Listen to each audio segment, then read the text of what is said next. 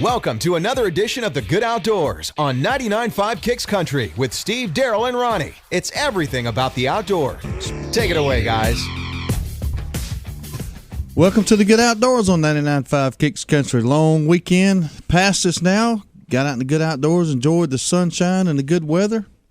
I don't know what everybody else did this morning, but me and Ronnie here, I know that we got some stories to tell. I know Darrell's still down there making some stories, getting his crazy on with the Crazy On Country guys, filming a cobia tournament. We have not heard from Darrell. He's had some cell phone malfunctions, evidently. Go straight to his voicemail. So anxious to hear, who won the tournament, how it went, whether or not he got seasick, because I know the seas were a little bit rough from what I hear. So I bet he did. I don't know. He don't normally get seasick. I know that I didn't even chance going because it's 50-50 with me looking through the lens. If I go fishing, I don't get seasick, but if I go down there filming, it is 50-50. And that is there's a big difference in standing there fishing and looking through a camera lens. Yeah, when you're 120 miles out and sick on a boat, that ain't a place to be, because it's I've been 10 or 15 miles out and gotten sick, and of course you have to ride it out. You don't want to mess up the trip for the rest of the people, so you end up toughing it out, if you call it that, laying down in the fetal position in the bottom of the boat. But the general rule of thumb is you don't have any choice. No, if you go out and you're the only one sick, you're going to stay. Not unless you got some really caring friends, and I've just never been out on a boat like that before. Me neither.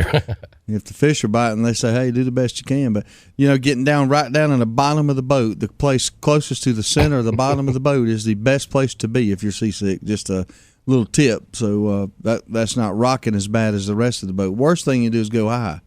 I had a friend, we went out on the Emerald Princess in Brunswick on the casino boat. And, of course, it's way high off the thing. We were up way on the top of the deck, and the sea was it wasn't even bad. It was a little rough, but when you're up that high off the water, it's tossing you pretty good. And he got sick, and I kept trying to tell him, go down to the bottom, and he wouldn't listen to me, so he stayed sick on the top. And that's one of them cases when the other 300 people on board, they don't care if you come back or not. No. So, not good.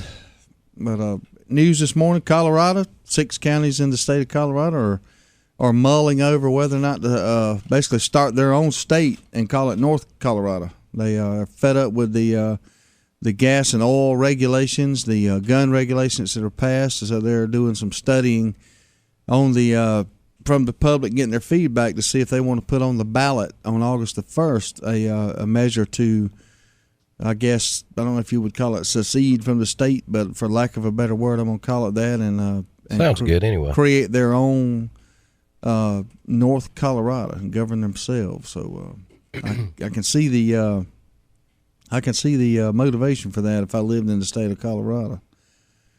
Yeah, they're probably going to be about as lucky doing that as Texas has been seceding from the nation. So.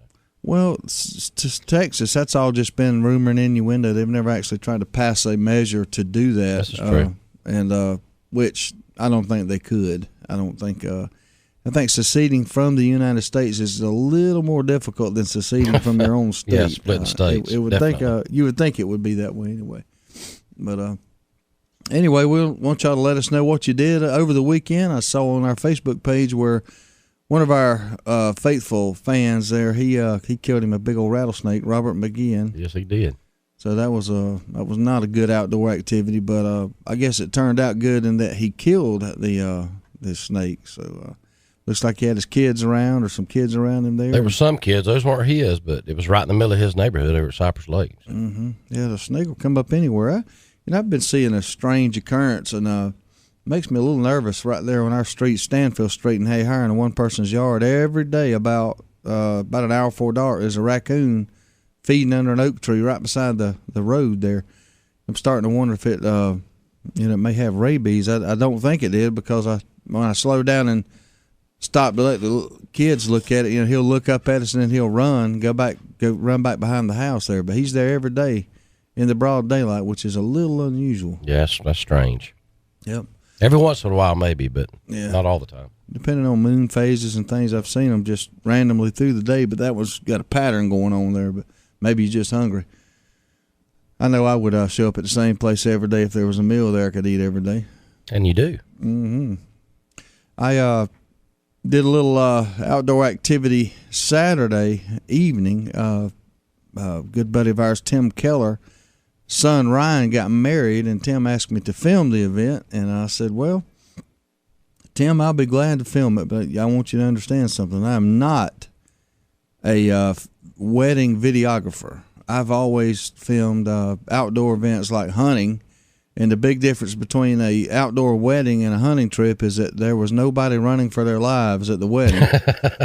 So it was a little bit different. I hope I did a good job. We're going to edit the footage down and see if we can make a memorable event. But it was out there at Joe Johnson's place off of Parker Road, which is off of Shiloh Road. And, man, I'll tell you, he had an absolutely beautiful place out there. It was good weather, a little warm, but the food was fantastic. Black Crow's own Mike Gabora was there doing the DJ activities, and Jennifer Johnson sung at the wedding. Had a beautiful singing voice. Very impressed with Jennifer's voice. And the bride and groom had a nice wedding there, and embarking on that lovely married journey now. So congratulations, Ryan. I cannot remember his wife's name. I do apologize, but very good event. Good food, man. Talking about eating. Woo-wee. You're talking about good food. We had National Donut Day last week. Mm-hmm. Friday, I believe it was. Yes, Dunkin' Donuts might have fired the first shot in advance of National Donut Day on Friday, but the last bullet to your arteries had to wait until the weekend. Krispy Kreme donuts have come out with a Krispy Kreme Sloppy Joe. And it is exactly what it sounds like. It is a big donut without a hole in the middle with your regular everyday Sloppy Joe stuff right in the middle of it. To me, that does not sound very tantalizing, but it looks good. Well, I don't know how you can mess a donut up. I think they did it. Yeah. Taking the hole out of it is step number one. It don't even seem like a donut. It seems more like a cream puff or something. And they looks like they're planning to keep this on their menu for a while. Goodness gracious. If you want to try it out, run on down to Krispy Kreme. Yeah, I don't know about that. I don't know. Krispy Kreme is available around here in some of our convenience stores, but I don't think we have a Krispy Kreme actual store anymore. I don't think we do. I don't think so. There used to be one years ago. Over on Oak Street. It was Oak Street. That's right. Yeah, I used to go there years ago. I know there's one in Albany still on Slappy. You can get fresh donuts there. But Rage Broadheads, some outdoor news. They are continuing their leadership in the broadhead category. They're coming out with the 3.5 Rage Broadhead this year. You can check that out at 3.5.com/Rage Outdoors. You can sign in or sign up and become a follower of that page. But Faraday Outdoors LLC is the parent company of Rage. They also own Muzzy Broadheads, and they have headquartered themselves in the Muzzy facility in Cartersville, Georgia. So y'all check out Rage and all their products. It's a mechanical broadhead, expanding broadheads, and John Syverson is the Vice President of Sales and Marketing. Great guy. His quote here is, engaging the retailer and having them really understand our product is very important to us. Being able to elevate our training programs, highlight meaningful product information, and ensure that our most important assets, our dealers and their associates, know and understand these products. It is paramount to our success. So y'all make sure y'all check out Rage and Muzzy and all the Faraday products out there right here in our own state of Georgia, putting employees to work in the outdoors. You got to support them. Absolutely. Oak Creek Ranch continues to shatter records. Oak Creek is a San Antonio, Texas whitetail ranch, and it's got some pending SCI record books for Midwestern typical and non-typical categories. Oak Creek deer have garnered the following coveted rankings: the new number 1 and number 2 typical overall, the new number 1 non-typical, the new number 1 and number 2 non-typical by a handgun, the new number 1 and number 2 typical by a handgun, new number 3, 4, and 5 typical by bow, giving Oak Creek the top 5 entries for that category. They now own the 1, 2, 3, 4, and 5 largest whitetail deer ever taken by bow. Now keep in mind, this isn't a game. This is a game ranch in a controlled environment. Oak Creek now holds the records for all but 3 of the top 30 typical and all but 5 of the top 20 non-typical. In total, Oak Creek will have 32 entries in the record book this past year, all in the top 40 of either Midwestern typical or non-typical categories. The final results are pending. Oak Creek is the world's premier fair chase whitetail hunting preserve. Be a part of the tradition. Oak Creek Whitetail Ranch exists to provide you the ultimate fair chase trophy whitetail hunting experience in a preserved setting. We seek nothing less than to serve you with the highest quality and personalized service and attention to detail. Now, everybody out there that might be listening are saying, well, you just said it was a ranch or a high fence, and they're saying it's the finest fair chase trophy whitetail. Well, that's where there's a big misconception there. Fair chase is simply that. It's you get in there. It's if it's a couple of thousand acres, the fair chase is that the animal's not restrained in any way. He's not in a very small area, so he has a fair, legitimate chance of getting or eluding you, I should say. I've been in many high fences that are fair chase. I've went to them and never saw a buck to shoot. So it's not like shooting fish in a barrel. Now, it's restricted to SCI because it is confined by a high fence and they can't get out of there. But in Texas, most of the high fence ranch places are, thousands of acres, and you can't just go in there and walk up to one and shoot it. A little bit different than hunting in a 10-acre pen. So there's a lot of opinions on high fence ranches, but if you've never went to one, it's a little hard to form an accurate opinion. A good quality one like Oak Creek Whitetail Ranch, they control their herd through genetics, nutrition, and it's a pretty hard thing to do. You don't just walk in there and shoot one, and success is not usually 100%. So y'all check out Oak Creek Whitetails in San Antonio, Texas, and dream of some big bucks. We're going to take a break here on the Good Outdoors. We'll be back in about 3 minutes. Y'all hang in there. Here we go again. Every time there's a food plot to be planted, Darrell's nowhere to be found. You see him, Ronnie? He's probably in the truck eating a dang sandwich. I'm sitting right here by this tree and they don't even see me. Man, that Real Tree AP was designed to blend hunters with their surroundings, not hide them when it's time to work. I'm so hidden the scooters can't even find me. Okay, Darrell, come on. We got to get this stuff planted. What's that? Hey, stop it. Real Tree. It's so real, a coyote might pee on it. Serves you right, you slacker. The grill might be in storage, but that's what campfires are for. And the backyard party is on hiatus, but that's because everyone is tailgating. Only the seasons change, tastes don't. And when you've got Bud Light Lime, you don't need summer to have a good time. It's the superior drinkability of Bud Light with a splash of 100% natural lime flavor. Look for a Bud Light Lime and find your summer state of mind anytime. It's in the lime. Anheuser-Busch Bud Light Lime flavored beer, St. Louis, Missouri. What in the world is that noise? Sounds like the transmission's about to come out of my truck. Transmission? Sounds like Alien vs. Predator under there. Let's get it to Ronnie at Eagle Auto Repair. Ronnie, I got a problem. Problem? It sounded like Superman fighting the Incredible Hulk. No, it was worse than that. Come on, man. This is for real. I ain't got the money to be fixing no big problem. Chill out, dude. You're at Eagle Auto Repair. You know we'll fix it right and as inexpensive as we can. We only use quality parts, and my guys are some of the best trained technicians in town. Yeah, but can they stop a fight between Godzilla and King Kong? Because I'm betting that's what they're going to find under there. Eagle Auto Repair. 321 Lakes Boulevard, Lake Park, Georgia. Jones Welding and Industrial Supply has been serving South Georgia and North Florida for over 3 decades. With 9 locations in the South, Jones Welding and Industrial Supply is a full-line distributor for all welding and industrial supplies. The Jones mission is to provide quality products at a competitive price in order to supply the best service available. Jones Welding and Industrial Supply has built a reputation for good, honest, old-fashioned service. For a location near you, visit www.joneswelding.com. Jones Welding and Industrial Supply is a proud supporter of the Good Outdoors.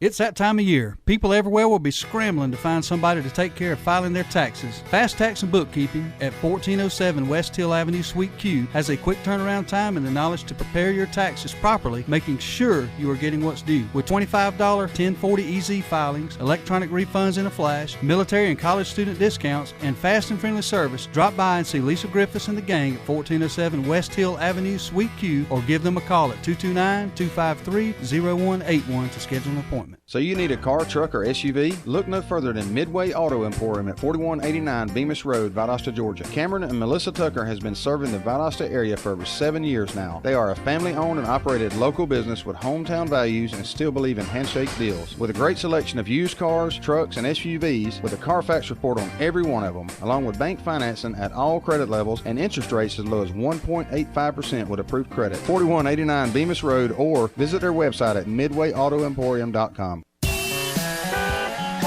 You're listening to The Good Outdoors with Steve, Darrell, and Ronnie on 99.5 Kicks Country. Now, let's get back to the fun.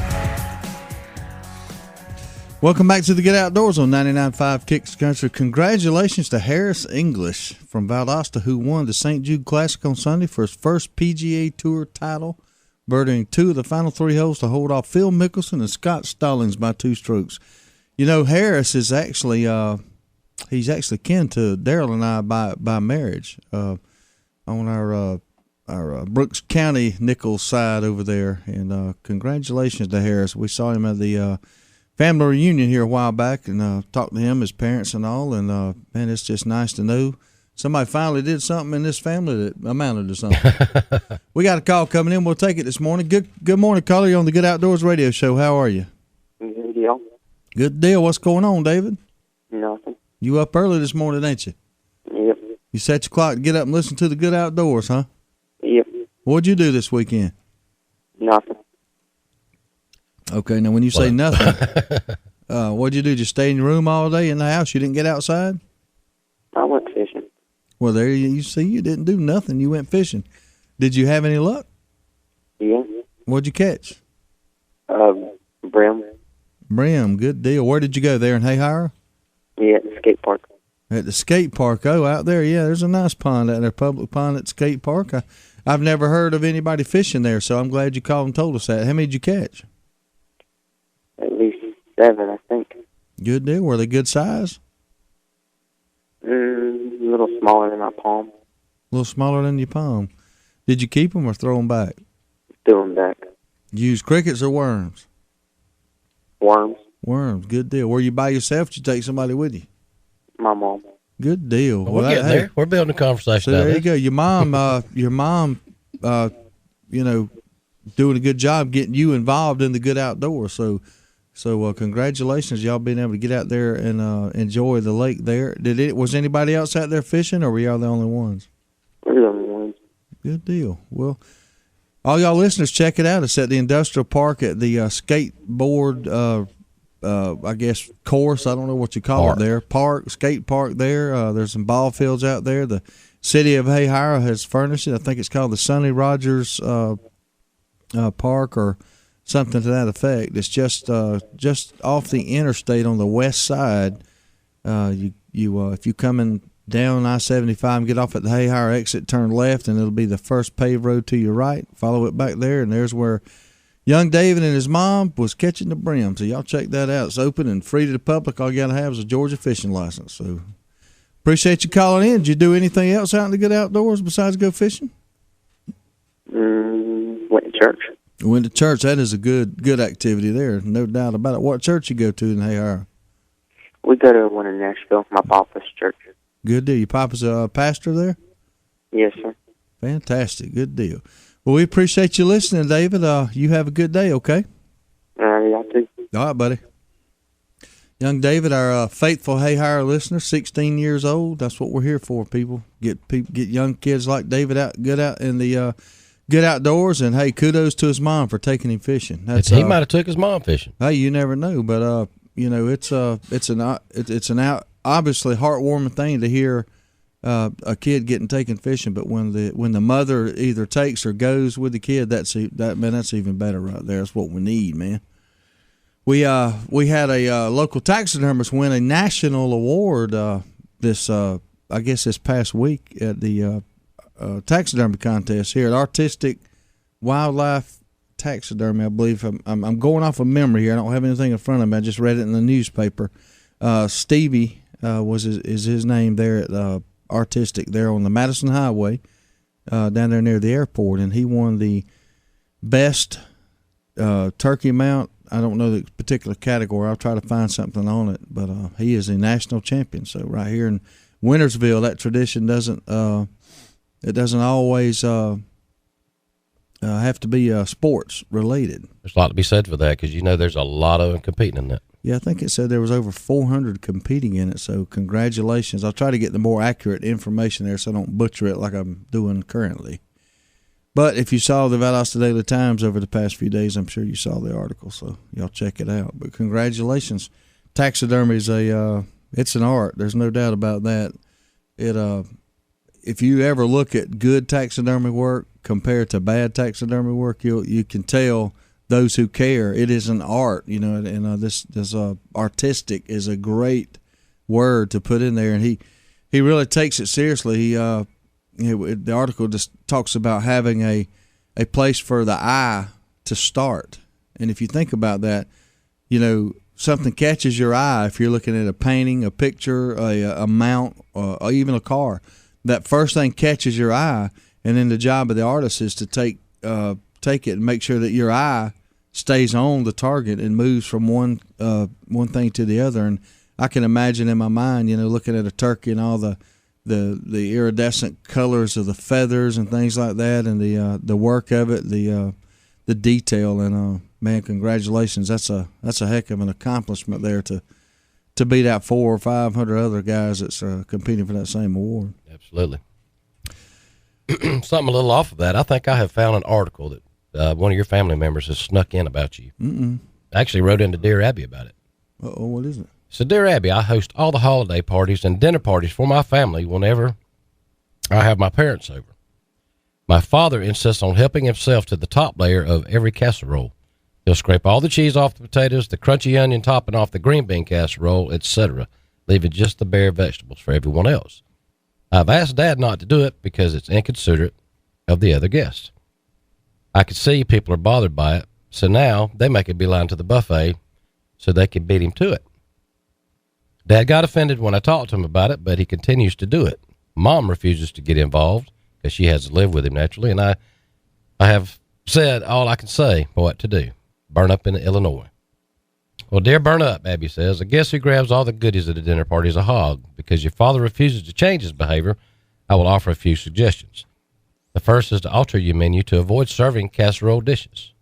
If that's not possible, make your father his own separate casserole with his name on it so he can have it all to himself. Or plate the food in the kitchen and stop serving it buffet style. Now, that seems a lot like something you do. You go through there and get all the goodies. I don't understand why you relate that article to me, because that ain't what I do. I don't scrape nothing. And you're usually full before the cooking's even done, aren't you? No, pretty close. No, I will be first in line. I ain't going to deny that. I mean, somebody's got to go first, and I'm a leader, not a follower. So I get right on the front of the line, and but I don't skim and scrape the top or nothing like that. Can you imagine that? I've seen people that dip right out of the middle, and I don't like that either. But scraping everything off the top. Dip right in the middle. What difference does that make? I'm an edge dipper. The best part's usually around the edges to me. Anyway, it's usually cooked a little more. So I don't know at that wedding Saturday night. You go through the line getting your food, and everybody was pretty hungry. But I didn't see any incidences where people were scraping or picking or anything like that. Yeah, you just grabbed it. I mean, it was all good. It was some fantastic food there. Jesse's Catering, I believe, were the people that catered it, and they a shout out to them.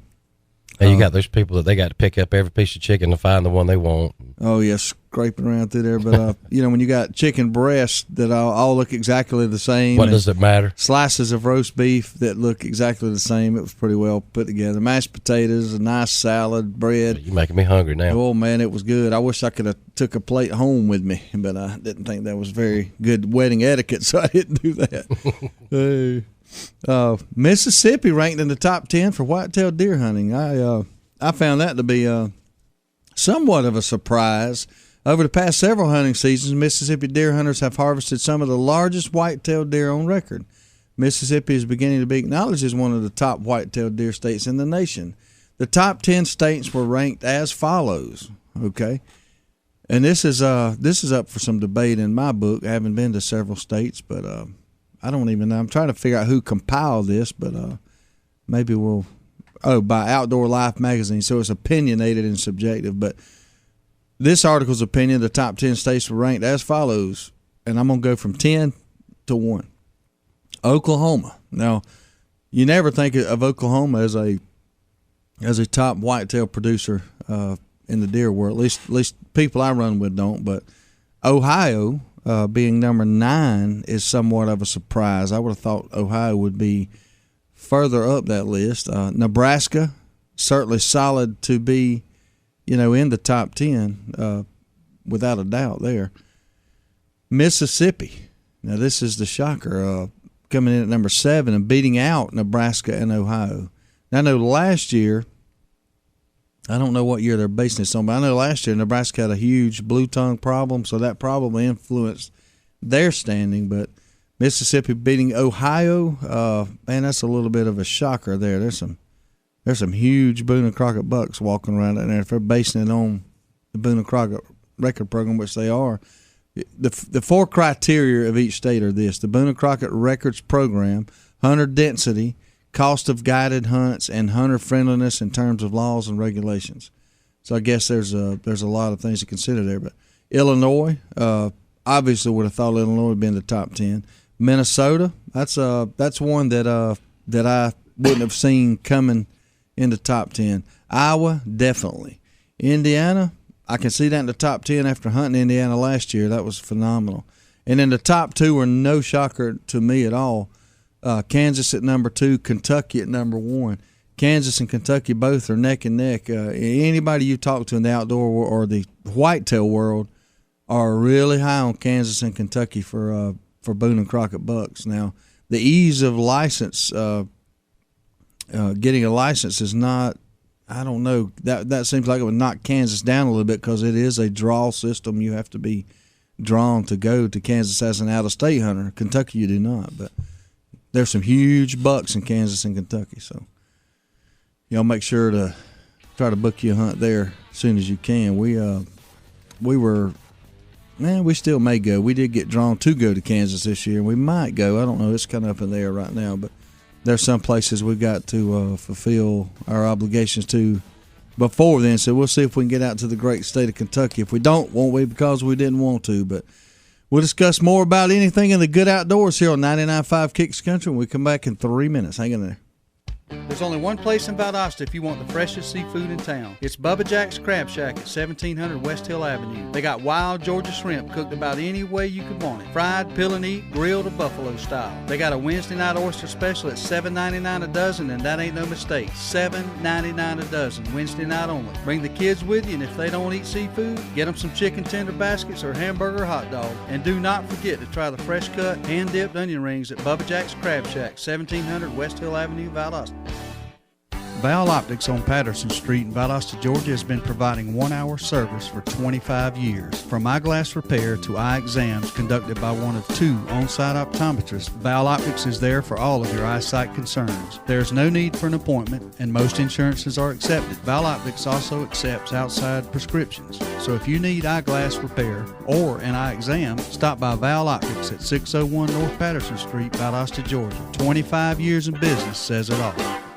Service. It's a very simple word, but you'd think it's French. At Deep South Sanitation, our service will never be questioned. We are there when we say we'll be there. If there's a couple extra bags by the can, we pick it up. Deep South Sanitation don't care if the lid won't close. All the more reason to dump it. If you're elderly or disabled, the Deep South Sanitation team will get your can, dump it, and put it back. If trash blew out, we don't leave it, we pick it up. Keep the money you pay for sanitation services local by supporting Deep South Sanitation, a locally owned business. Call Carrie Scarborough today at Deep South Sanitation, 229-559-0200. Hey, this is Judd with T3 Outdoors. T3 Outdoors is Valdosta's newest Blue Buffalo dog feed dealer. We also carry 50-pound, 13% sweet feed for $8.99. But hey, feed isn't all we do at T3 Outdoors. We have one of the best selections of guns in town at some of the best prices. We buy, sell, trade, and consign guns daily. Last but not least, archery season will be here before you know it. We are Valdosta's exclusive Hoyt and Bowtech dealer with 2013 packages starting under $650. Please visit us at T3Outdoors.com to learn more today. Hello, everyone. Dim the lights. Let's do this. Let's get to it. Let's go. Introducing the winner of Austin's Idol and receiving a $1,000 Austin's gift card, Mr. Steve Seller. If you want a steak, a salad or fish plate, maybe drink a beer with a friend. Come in as you are, it ain't just a bar at the SEC. The good times never end, a basket full of peanuts, and the best part is, it's an addiction you never have to quit. If you need a break, come along with me to Austin's Cattle Company. Oh yeah, to Austin's Cattle Company. Austin's would like to thank everyone that participated in the contest and helping Austin's to remain an addiction you never have to quit. Congratulations to our winner and thank you from Austin's Cattle Company. It's the Good Outdoors on 99.5 Kicks Country. Now, let's get back to the fun, talking about everything to do with the outdoors with Steve, Darrell, and Ronnie. Welcome back to the Good Outdoors, broadcasting live every Monday through Friday from the Black Crow Studios on Ellis Street here in beautiful Wintersville, USA, Valdosta, Georgia. Title Town. Title Town, baby. Speaking of Wintersville, I will have to give a quick rundown on the sports this past weekend. After all, sports is a great outdoor activity, unless it's indoors, like the first thing I'm going to talk about.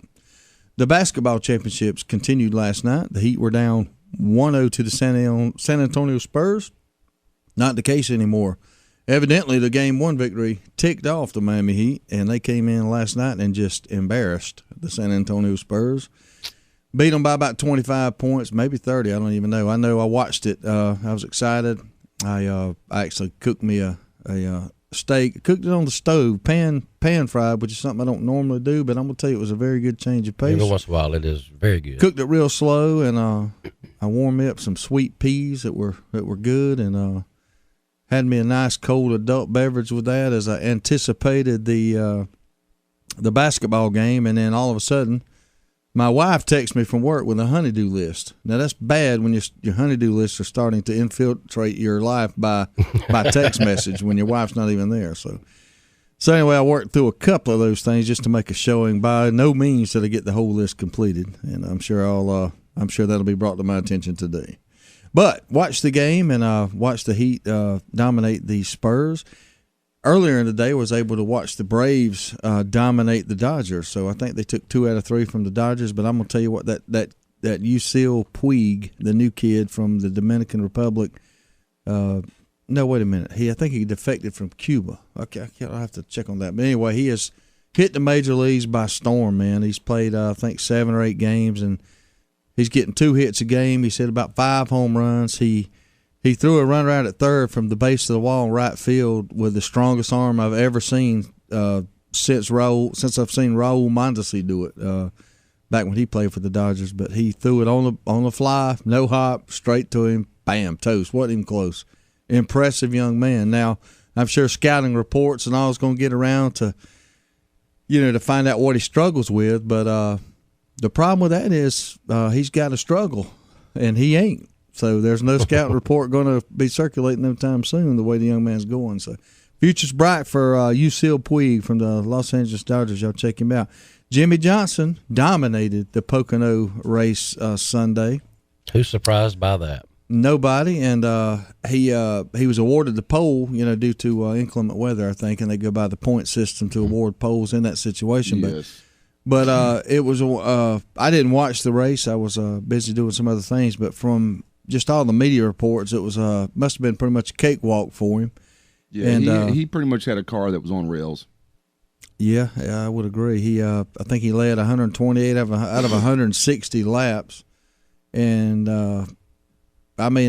he's going to cakewalk it to the championship, and then of course getting there is one thing, and then you got to continue it through it. In any sport, anything can happen in a playoff, and that's basically what that is. When the pressure builds. You get to a 7-game playoff, it doesn't matter. Like the Heat, for instance, they had the best record in the NBA for the whole year, but that don't translate into an automatic championship, and they come out and they lost the very first game. Now they rebounded last night, but it's all even up, and now instead of a 7-game series, it's turned into a 5 because they're tied 1-1. So, but Jimmy Johnson is definitely in a class by himself, man. He's making them all. He's making it look easy. I guess what's that? Three 3 wins? It's 3. Yeah. Also, Matt's got 3 this year. Yeah, and my whole argument is, or it's not an argument, my observation, my aggravation with NASCAR is that it's just the same old guys up front. I mean, it's, I don't know. Well, no, you messed around and Junior got to run third this weekend, and now all of a sudden, but he didn't win. It's all over the headlines. Junior's back. He's blah, blah. He's not. Well, Juan Pablo Montoya's back. He came in second in last week. Junior. Yeah, that's you can't. He's back. He just needs a win to really be back. Well, he'll be back in the back. Well, the thing I hate about NASCAR, now I will give them this credit. This is just my opinion. They have done a lot better job when they changed the point system and awarded more points for a victory. Now it means more to actually win the race, but still, mathematically, you can go all year long and win the championship and never win a race. And to me, that is asinine. It's just crazy. I just don't understand that part of it. I guess I say that, but I don't know what else you could do. I don't know that you could base it solely on wins. I guess they've done the best they can now and weighted it more for a victory. Well, but, you got to look down to it. The ones that's, you have some wins like Junior. He's up there in the top of the points, hasn't won. Mm-hmm. Other drivers won, but you look at the ones that has the DNF behind their thing. You get 3 or 4 DNFs, you're out. You're way in the back. You ain't getting no points. Yeah. I mean, everybody says, well, you're awarded for consistency. Well, that's a bunch of bull. The Braves were very consistent. They won the National League Division title 14 years in a row. You can't. That's the most consistent in the history of Major League Baseball. They won 1 World Series during that time. So I mean, it's the only sport where you're rewarded mightily and heavily for not winning, and that's why it's just a little bit of a turnoff. Now, it is exciting. I love to go to a race rather than watch it on TV. I will say that. I mean, that's one of the rare. Now, I'm an avid baseball fan, but if I'm gonna watch a serious game, I just about rather watch it on TV. It's a close race there. In certain conditions, if it's not 105 outside, I'd rather watch it in the stadium as long as I got a good seat. But man, you got so much better coverage. That's right. You got the angles, But now NASCAR, for some reason, even though you can't see normally, even if you got good seat, you can't really see the other side of the track in turns 2 and 3 really good. I mean, you can see it, but you can't see it really good. And I'm basing this on my experience at Daytona and Talladega. Yeah, you can't. Now, if you're in what's that, Bristol or something, or the Monster Mile or whatever, I mean, that might be different.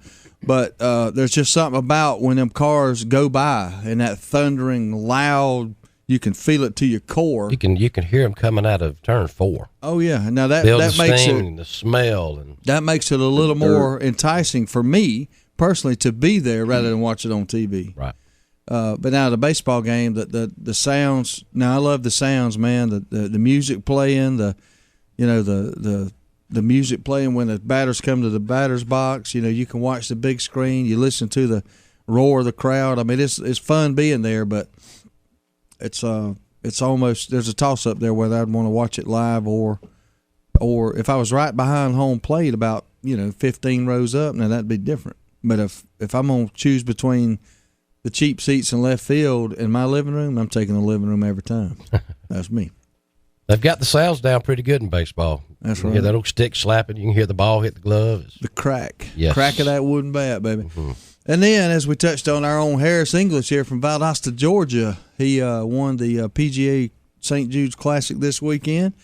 That's the last tune-up for the big U.S. Open starting Thursday, and all the talk is the pairing between Tiger Woods, Rory and McIlroy, and Adam Scott. So they'll be together the first 2 days. We'll see if young Rory and young Adam can handle the pressure of being paired with the most intimidating player on the course, the Michael Jordan of the golf links.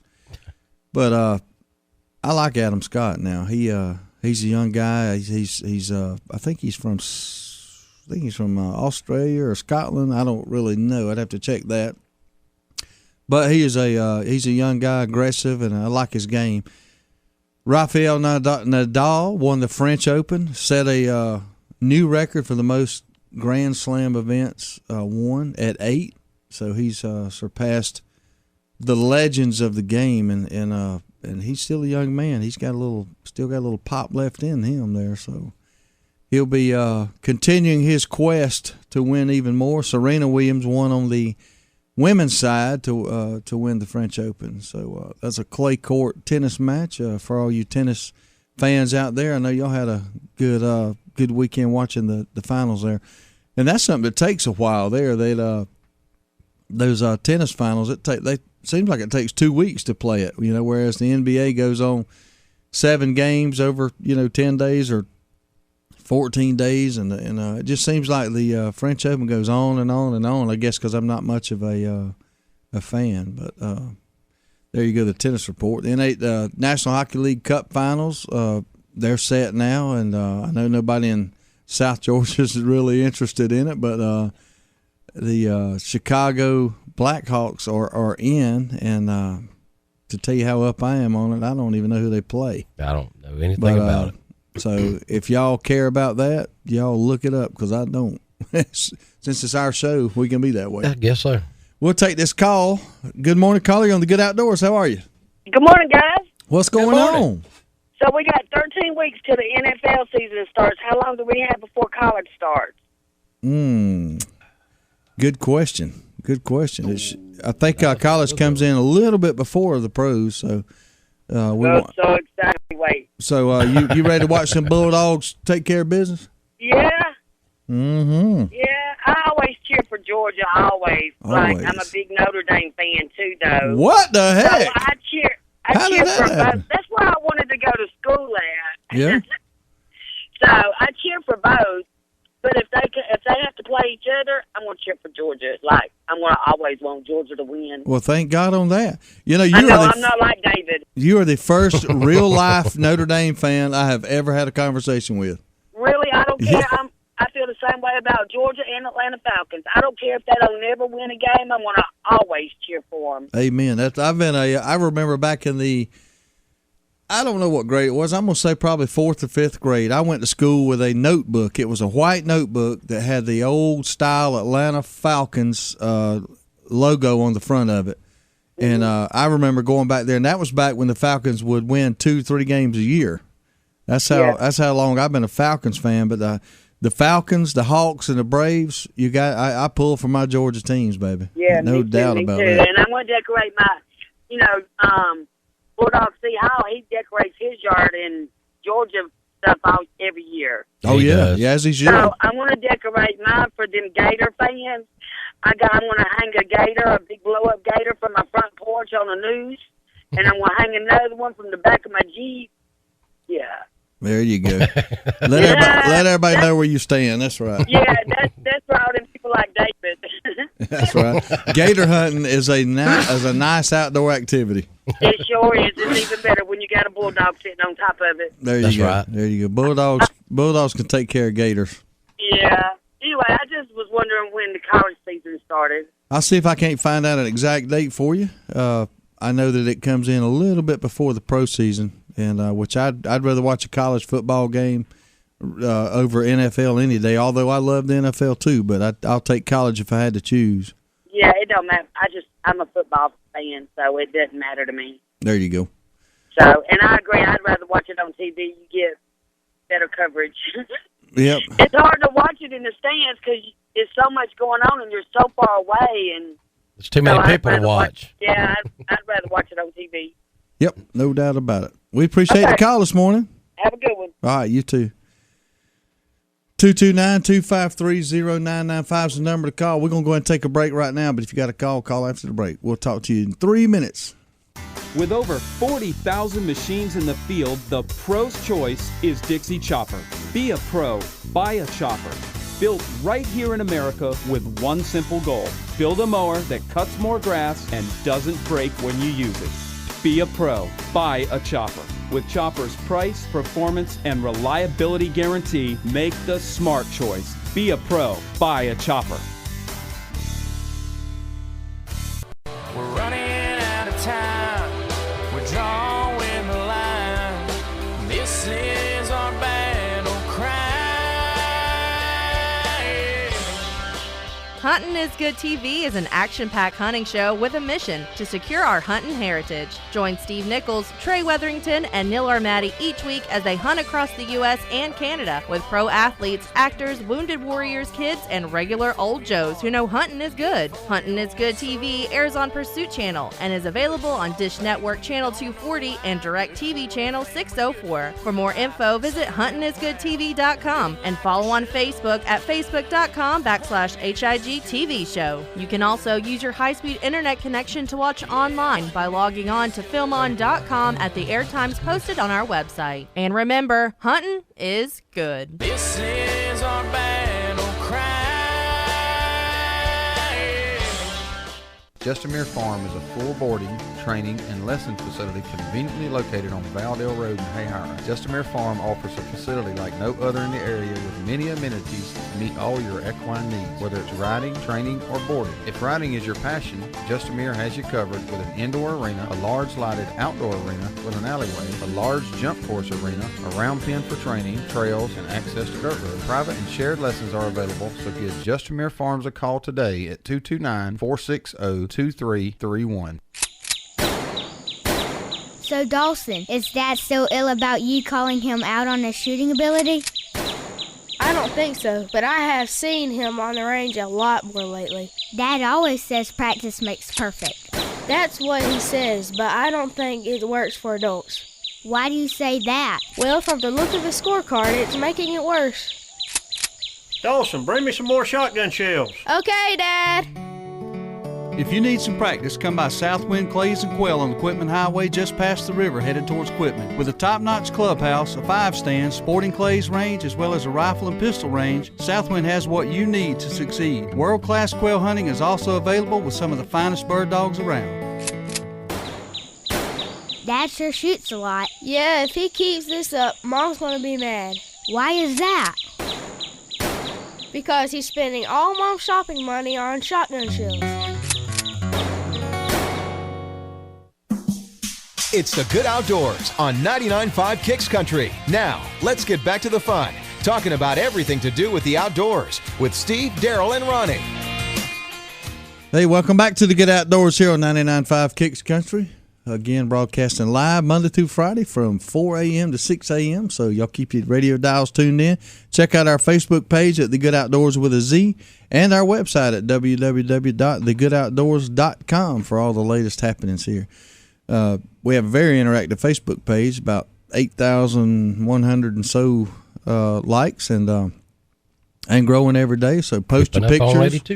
Post your pictures and let us know what kind of fish you're catching, what kind of animals you're seeing, what kind of snakes you're killing, and what kind of great outdoor activities you're carrying on with. To answer Wanda's question here about the college football season, it kicks off August the 29th when you got state rivals North Carolina versus South Carolina. The early line has South Carolina winning by 14.5 points.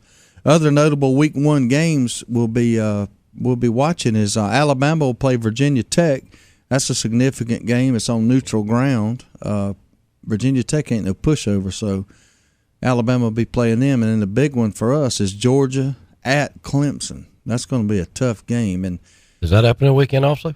Oh, yeah, that's Week 1. That'll be on a Saturday. The North Carolina-South Carolina game will kick it off that Thursday night. Then you got a bunch of games on Saturday, and that'll be Georgia, Clemson, LSU versus TCU on a neutral field. That'll be a pretty good game.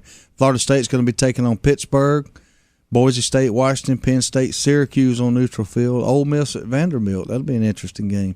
But the Georgia-Clemson game's interesting in the fact that a lot of publications are putting a lot on that game and saying if Georgia can get by Clemson in that first game, they've got an excellent chance to run the table and be undefeated going into the SEC championship game.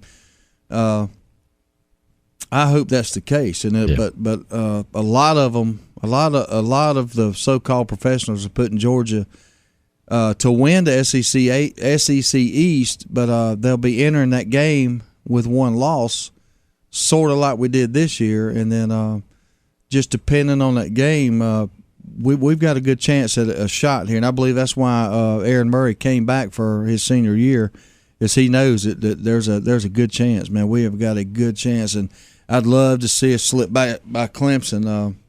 It's not a conference game, but in the national ranking implications, it's a big game nonetheless. So one thing's for sure, both teams have, whether you're Georgia or Clemson, you got a long time to prepare for your opponent. You know who you're playing, so being ready, that shouldn't be an issue. Now being up and being fired up for that day, that's where your coaching comes in. And I'm not a Mark Richt basher. I think Mark Richt's a great coach.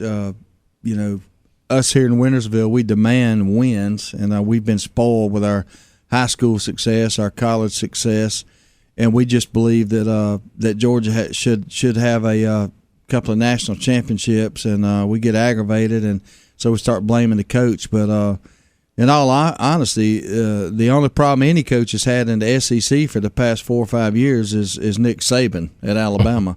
If he weren't in the picture, then there would still be some SEC titles. Just this past season, Georgia came up 4 yards short against Alabama and going to play Notre Dame. And now, is that Mark Richt's fault? No, it's not, people. I don't care who you are. That was a heartbreaker, though. You could argue till the cows come home, but we came within 4 yards of beating Alabama and going on, and it's not a given, but I surely believe that most fans would agree after watching how Alabama handled Notre Dame that Georgia would have done the same. So, at any rate, we'll slug it out on the football field this weekend. So, Ronnie, what did you do this weekend? We haven't covered anything that you've done. What did you do in the Good Outdoors?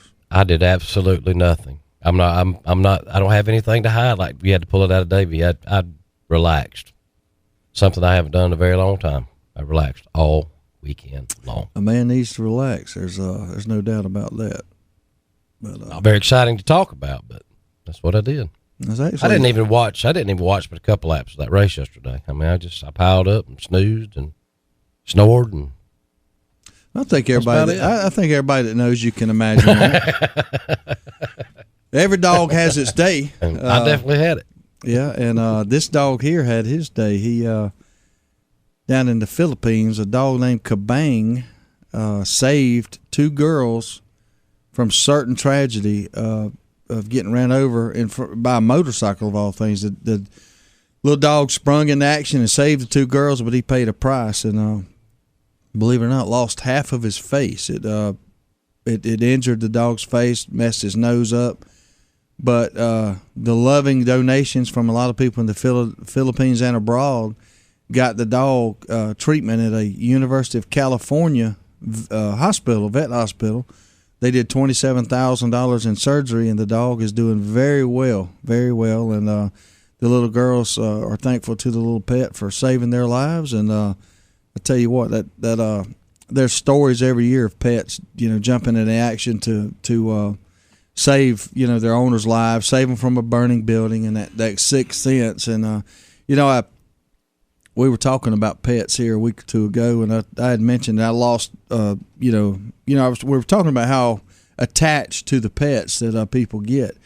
People leave money to them in their wills. They have funerals for them. They build air-conditioned dog houses for them, and people get super attached. And I can identify and relate to that. I was super attached to a golden retriever named Clyde, 15 or so years ago, and I mentioned I've never brought myself to getting another dog, and I always thought, well, one day I will, and I've always imagined that when I did, it would be another golden retriever. Well, as fate would have it, Saturday, I got back into the dog ownership world quite by accident.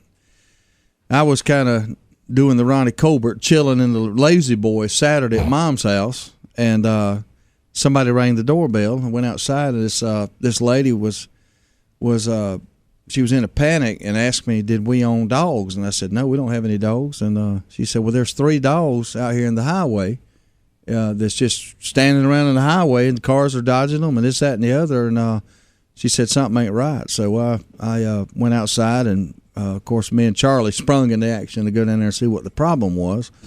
And I was going down there to get the dogs out of the road, try to find out, I knew right away probably what happened if somebody dumped them. That just seems to be happening so much lately. But as I was walking up towards the highway, I could see the two dogs down in the road. They were full-grown dogs. One appeared to be a Labrador of some sort, black lab, and then the other, I couldn't really tell what it was. But another dog came waddling out from under my truck, and it was a puppy, and it's a absolutely beautiful basset hound.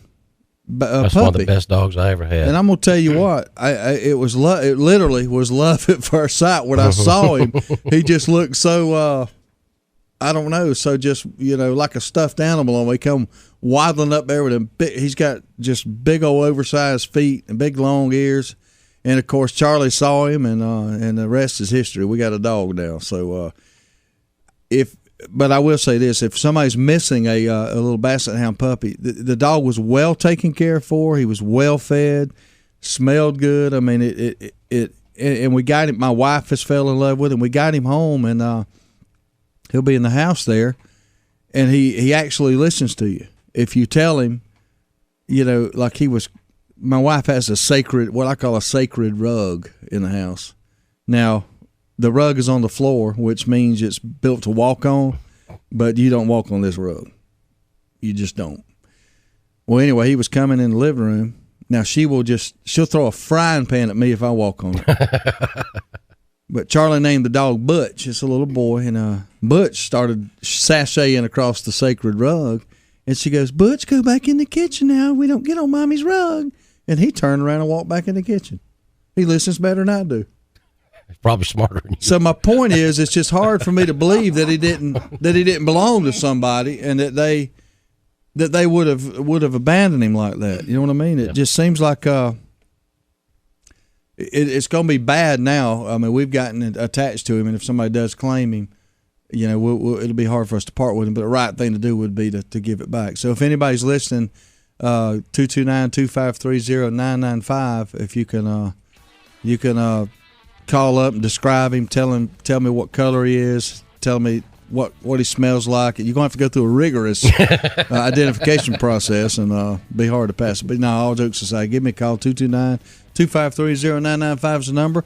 We'll be back here after a short break. You listen to the Good Outdoors on 99.5. Attention Outdoor Nation. Adel Outfitters, located at exit 39 on I-75 in Adel, Georgia, has over 18,000 square feet of outdoor unbelievability just waiting on you. Specializing in a wide range of outdoor supplies for everyone, including hunting, fishing, shooting, kayaking, camping, Little League, clothing, knives, boots, you name it, Adel Outfitters has it. They also have that personal one-on-one attention that you just might not be getting from some of the big boxes, and Adel Outfitters has a whole lot less overhead, so you'll be surprised at the deals. So come see us now at Adel Outfitters, exit 39, Adel, Georgia. Woo-wee! Sweet Tea's Smokehouse on South Hutchinson Avenue, Adel, is the bomb. You ain't had good old South Georgia barbecue if you ain't been to Sweet Tea's Smokehouse. Ribs, chicken, pork, beef, good grief, this is some fine eating. And it ain't called Sweet Tea's for nothing. Ice cold sweet tea and good old barbecue plate with all the trimmings is what living in the South is all about. Head up Highway 41 north towards Adel. Swing into Sweet Tea's Smokehouse for lunch or dinner. Great southern barbecue like it's supposed to be. And don't forget some of that fine Brunswick stew. Woo-wee! Wow, look at Bob trimming the grass. He's so fast. Yeah. I know, and that mower is so big. And it's got a huge deck. And it cuts the long grass with deep roots so easily. Yeah, Bob's a bad boy. When you want to cut grass like a champion, get yourself a Bad Boy mower from Nashville Tractor. Nashville Tractor carries an exclusive line of Bad Boy zero-turn mowers. See them now at Nashville Tractor in Valdosta and in Nashville. The grill might be in storage, but that's what campfires are for. And the backyard party is on hiatus, but that's because everyone is tailgating. Only the seasons change, tastes don't, and when you've got Bud Light Lime, you don't need summer to have a good time. It's the superior drinkability of Bud Light with a splash of 100% natural lime flavor. Look for a Bud Light Lime and find your summer state of mind anytime. It's in the lime. Anheuser-Busch Bud Light Lime flavored beer, St. Louis, Missouri. Brigman and Brigman Cabinets in Hayhira, Georgia specializes in custom-built cabinets. You can come in and sit down with our staff and start from scratch to develop the perfect cabinet layout, or bring in your plans and start there. From design to installation, Brigman and Brigman can help you every step of the way. Estimates are always free, and your satisfaction is our goal. Whether it's a remodel, a spec house, or your custom-built dream home, give Brigman and Brigman Cabinets in Hayhira a call at 229-794-2108 to set up an appointment. Crystal River Seafood on St. Augustine Road in Valdosta is a fine seafood dining experience. Folks from miles around come in to enjoy the fine seafood and friendly atmosphere Crystal River has to offer. Their friendly staff makes your dining experience one to remember, as well as one to repeat. Fish like grouper, salmon, mahi, catfish are always great choices, along with shrimp, oysters, crab cakes, and crab legs. Hey, you not in the mood for seafood? Order a juicy ribeye steak. Crystal River Seafood is open for lunch and dinner. Crystal River Seafood, 958 St. Augustine Road, Valdosta, Georgia. WKAA, Willacoochee, Valdosta. Another hour of Valdosta's best country music kicks off now. 99.5 Kicks Country. It's the Good Outdoors on 99.5 Kicks Country. Now, let's get back to the fun, talking about everything to do with the outdoors with Steve, Darrell, and Ronnie. Welcome back to the Good Outdoors. 229-253-0995 is the number to call if you got anything to add to our meaningless banner this morning. Seems like somebody may. Yeah, they've been sitting there, Johnny, on the spot. We're going to take the call. Good morning, caller on the Good Outdoors. How are you? Good. Good. You're a Heat fan? What's that now? You're a Miami Heat fan? I'm an Atlanta Hawk fan. I personally, on this particular game here, I like both teams. I mean, I'm a basketball fan. I don't really dislike neither one of them. I just like to see a good 7-game series. But I will go on record to say my money's on the Heat. I'm a Laker. You're a Laker. Well, there you go. You don't have a whole lot to say. I mean, that makes perfect sense. You're a Gator fan and you're a Los Angeles Laker. I'm also a Steeler. Well, I can go along with the Steelers, okay. Work with that one. Yeah, I can work with the Steelers. They're good blue-collar. I just don't like the whole Hollywood effect out there in L.A. Yeah. Well, how many championships do we have? None this year. Nope. Or last, or the year before, or the year before. More than the Hawks. No doubt about that. No doubt about that. That's inarguable. But, yeah. I'm a Boston Celtic fan if you want to get right down to it, so I can't even deal with a conversation with a L.A. Laker. I don't know what I'm going to do with you.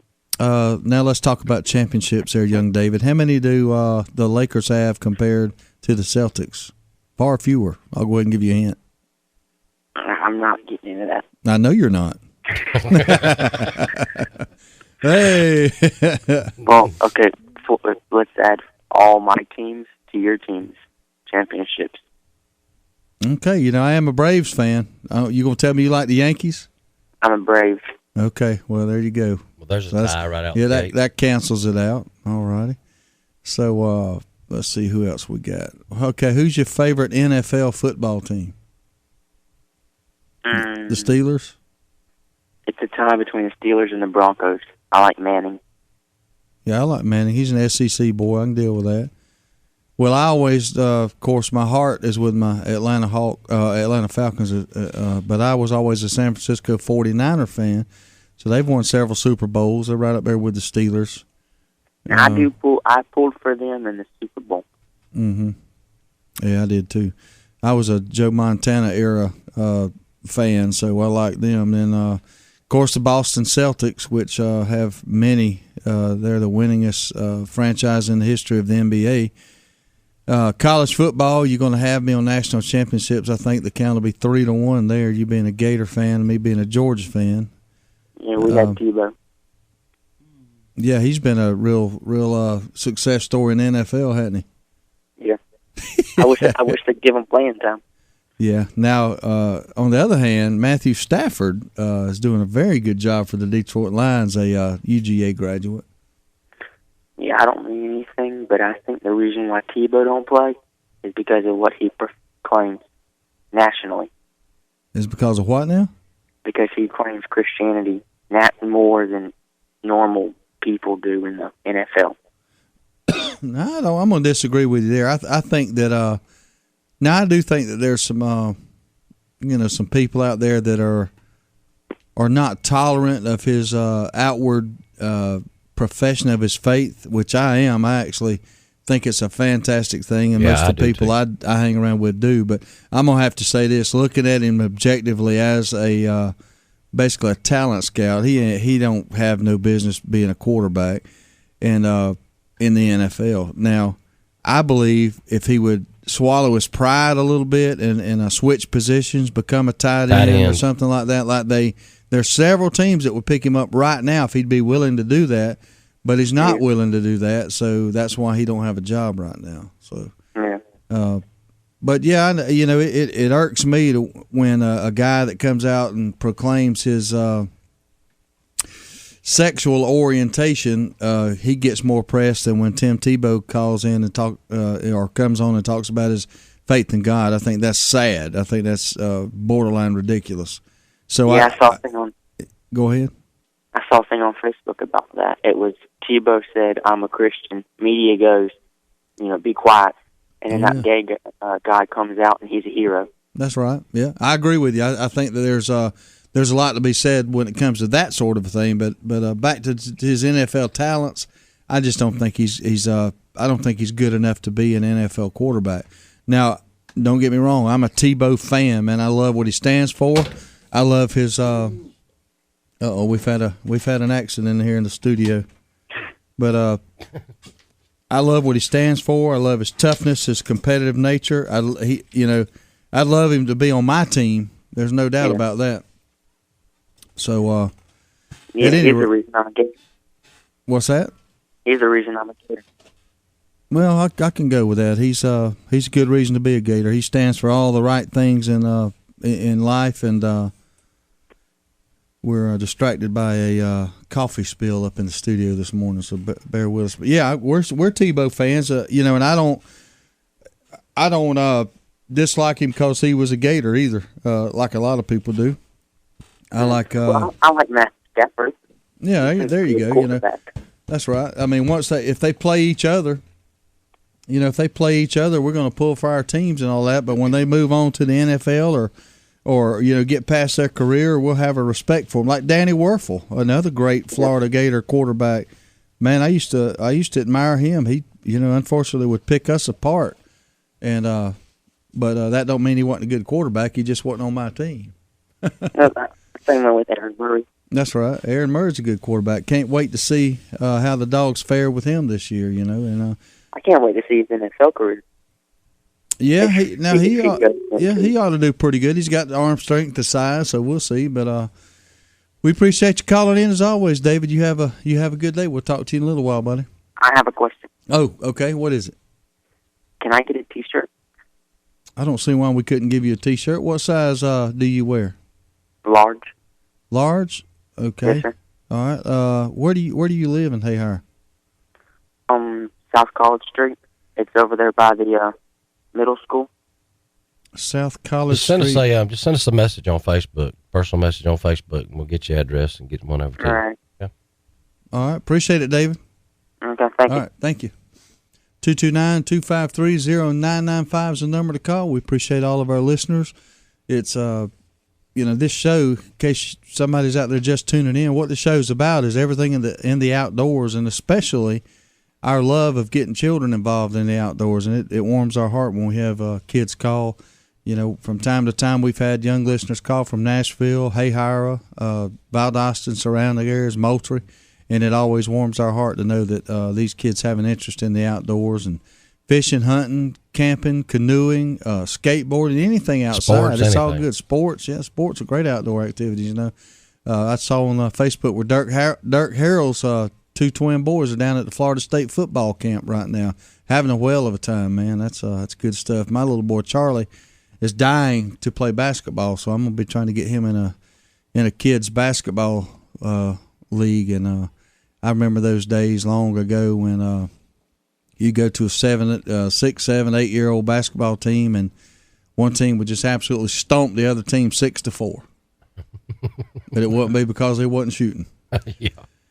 Ducks Unlimited. Everybody knows the great work conservation that Ducks Unlimited is done, helping to conserve waterfowl and their habitat through the federal duck stamp program, and and membership drives, and they've got a Prairie Summit being held to help the prairie pothole region in North Dakota. I don't know if anybody around here is very much aware of it, but they're having a problem with that region and the habitat there. The conservation is met with ongoing challenges because that is such a paramount region in the breeding habitat for birds and other wildlife. Nearly 90 representatives of conservation groups and public agencies, including the U.S. Fish and Wildlife Service, is united in Bismarck this week to witness one of America's vital landscapes in crisis. The 2-day Prairie Summit is hosted by Ducks Unlimited, and hosted by Ducks Unlimited, and they're trying to collaborate on opportunities for its conservation and restoration. Attendees toured the North Dakota region and heard from local farmers and energy producers about their efforts to balance working the land and conserving the land. It's a delicate balance, but the reality is we as a population are asking a lot of that region, and it's pretty clear that it can't provide everything to everybody and to every species. It produces food and fiber and now energy for the United States, and continues to provide the bounty of waterfowl habitat that it has provided for thousands of years. And if that's going to continue, we're going to have to ask people to make responsible choices. It's basically drying up is what it's doing due to the the energy efforts there, the farming efforts there. They're worried about it turning into a dust bowl, and it's fueled by that that big energy boom that's going on out there, and plus high crop prices.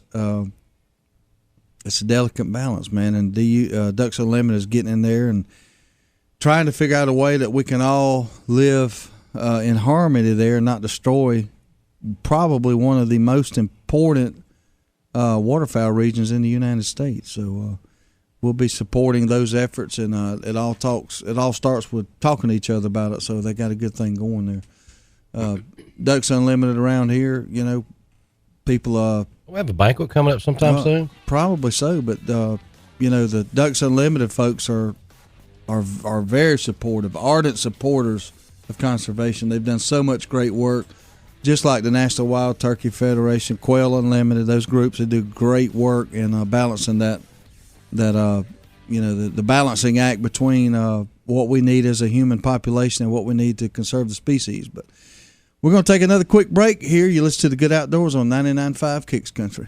Service. It's a very simple word, but you'd think it's French. At Deep South Sanitation, our service will never be questioned. We are there when we say we'll be there. If there's a couple extra bags by the can, we pick it up. Deep South Sanitation don't care if the lid won't close. All the more reason to dump it. If you're elderly or disabled, the Deep South Sanitation team will get your can, dump it, and put it back. If trash blew out, we don't leave it, we pick it up. Keep the money you pay for sanitation services local by supporting Deep South Sanitation, a locally owned business. Call Carrie Scarborough today at Deep South Sanitation, 229-559-0200. It's that time of year. People everywhere will be scrambling to find somebody to take care of filing their taxes. Fast Tax and Bookkeeping at 1407 West Hill Avenue, Suite Q has a quick turnaround time and the knowledge to prepare your taxes properly, making sure you are getting what's due. With $25 1040 EZ filings, electronic refunds in a flash, military and college student discounts, and fast and friendly service, drop by and see Lisa Griffiths and the gang at 1407 West Hill Avenue, Suite Q, or give them a call at 229-253-0181 to schedule an appointment.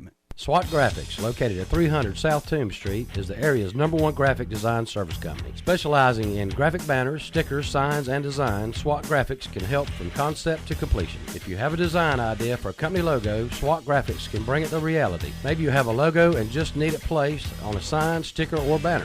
Whatever the case, stop by SWAT Graphics at 300 South Toombs Street, Valdosta, or give them a call at 241-9185. SWAT Graphics, proud sponsor of the Good Outdoors. Hey, this is Judd with T3 Outdoors. T3 Outdoors is Valdosta's newest Blue Buffalo dog feed dealer. We also carry 50-pound, 13% sweet feed for $8.99. But hey, feed isn't all we do at T3 Outdoors. We have one of the best selections of guns in town at some of the best prices. We buy, sell, trade, and consign guns daily. Last but not least, archery season will be here before you know it. We are Valdosta's exclusive Hoyt and Bowtech dealer with 2013 packages starting under $650. Please visit us at t3outdoors.com to learn more today. There's only one place in Valdosta if you want the freshest seafood in town. It's Bubba Jack's Crab Shack at 1700 West Hill Avenue. They got wild Georgia shrimp cooked about any way you could want it. Fried, peel and eat, grilled, or buffalo style. They got a Wednesday night oyster special at $7.99 a dozen, and that ain't no mistake. $7.99 a dozen, Wednesday night only. Bring the kids with you, and if they don't eat seafood, get them some chicken tender baskets or hamburger hot dog. And do not forget to try the fresh cut, hand-dipped onion rings at Bubba Jack's Crab Shack, 1700 West Hill Avenue, Valdosta. Justamere Farm is a full boarding, training, and lessons facility conveniently located on Valdale Road in Hayhire. Justamere Farm offers a facility like no other in the area with many amenities to meet all your equine needs, whether it's riding, training, or boarding. If riding is your passion, Justamere has you covered with an indoor arena, a large lighted outdoor arena with an alleyway, a large jump course arena, a round pen for training, trails, and access to dirt roads. Private and shared lessons are available, so give Justamere Farms a call today at 229-460-2331. You're listening to The Good Outdoors with Steve, Darrell, and Ronnie on 99.5 Kicks Country. Now, let's get back to the fun. Welcome back to The Good Outdoors on 99.5 Kicks Country. Again, broadcasting live Monday through Friday right here on 99.5 from 4 a.m. to 6 a.m. If you're out there with a phone call or got something to say or check in with us this morning, 229-2530-995 is the number to call. And man, it was hot this weekend. I don't know what was going on. I don't know if it was that little bit of moisture in the ground, and when that sun started beating down, it was humid and hot, and man, it was tough to find something cool to do outside. But getting out on your boat was one of them, and I believe that there was probably a lot of people out there fishing this weekend. I know a couple. Bulldog C. Hall, we knew he was headed out, and I know that he went fishing. I know he caught some fish. I know he was ducking some windstorms, but I think on Friday, if I'm not mistaken, he caught 10 bass, and he kept 5 and said he was going to go home and cook him some fish and eat some cheese grits. So I'm sure he had a good time fishing, and I know that several of my buddies went down to the coast this weekend and at Horseshoe Beach and different places like that. So if y'all did any good, y'all give us a call, 229-2530-995, and let us know what you did there. Of course, fishing is a great outdoor activity, one that we highly recommend. Chad Everett, supposedly he had a tournament this weekend, didn't he? I don't remember about old Chad. I'm sure that if there was a tournament somewhere he could get to, he was in it, because he does like to fish those tournaments. I know they're going full force across the United States right now. Oh, here we go. Got the update. 8.49 pounds, Lake Talquin. That's what he caught. Well, did he win? No. If he'd said he won, I'm sure if he won. He must have come in last because he caught him one hog, though. That is the one fish. That's an 8.5 pound fish. Oh, he caught one fish that weighed 8.5 pounds? Well, that's the only one he put the picture up of. Oh, okay, gotcha. Maybe he's just trickling information in. Maybe he's just giving it in as an as-needed basis there. Right. The tease, that's what it is. 8-pound bass, that's a good one there. 8.5, yeah. I went to the little pond there near the house, and we took the kids on a walk, and I took my old open face bait caster down there with me with a red shad culprit worm on it, and as I walked the kids, and caught a little bass about 12 inches long, so had a little fun doing that. We got a call coming in. We'll go ahead and take the call. Good morning, caller. You're on the Good Outdoors. How are you? Good morning, Steve and Ronnie. How's it going? Hey, Chad. What's going on? Tell us the rest of the story. Well, it was a 2-day tournament, and Saturday, as y'all know, it was hot. Yeah. Very. No doubt. It was clear blue skies down there. It was hotter than I'll get up, and I didn't have anything on Saturday, unfortunately. But yesterday I had 1302 solidified by that 849 right there. Heck yeah, that was a nice one there. Did it win big fish? Yeah, I did win big bass for the tournament, so that That was $170. It covered my entry fee and a little bit of gas. Ain't nothing wrong with that. Ain't nothing wrong with that. Hey, any win's a win. Yeah. I had a good time, though. That's a good deal, man. And that was at Lake Talquin? At Lake Talquin, yes, sir. Good deal. How many boats are usually in a tournament down there? Yesterday there was only 17. Or Saturday and Sunday there was only 17. Yeah, that's a pretty good turnout, though. Yeah.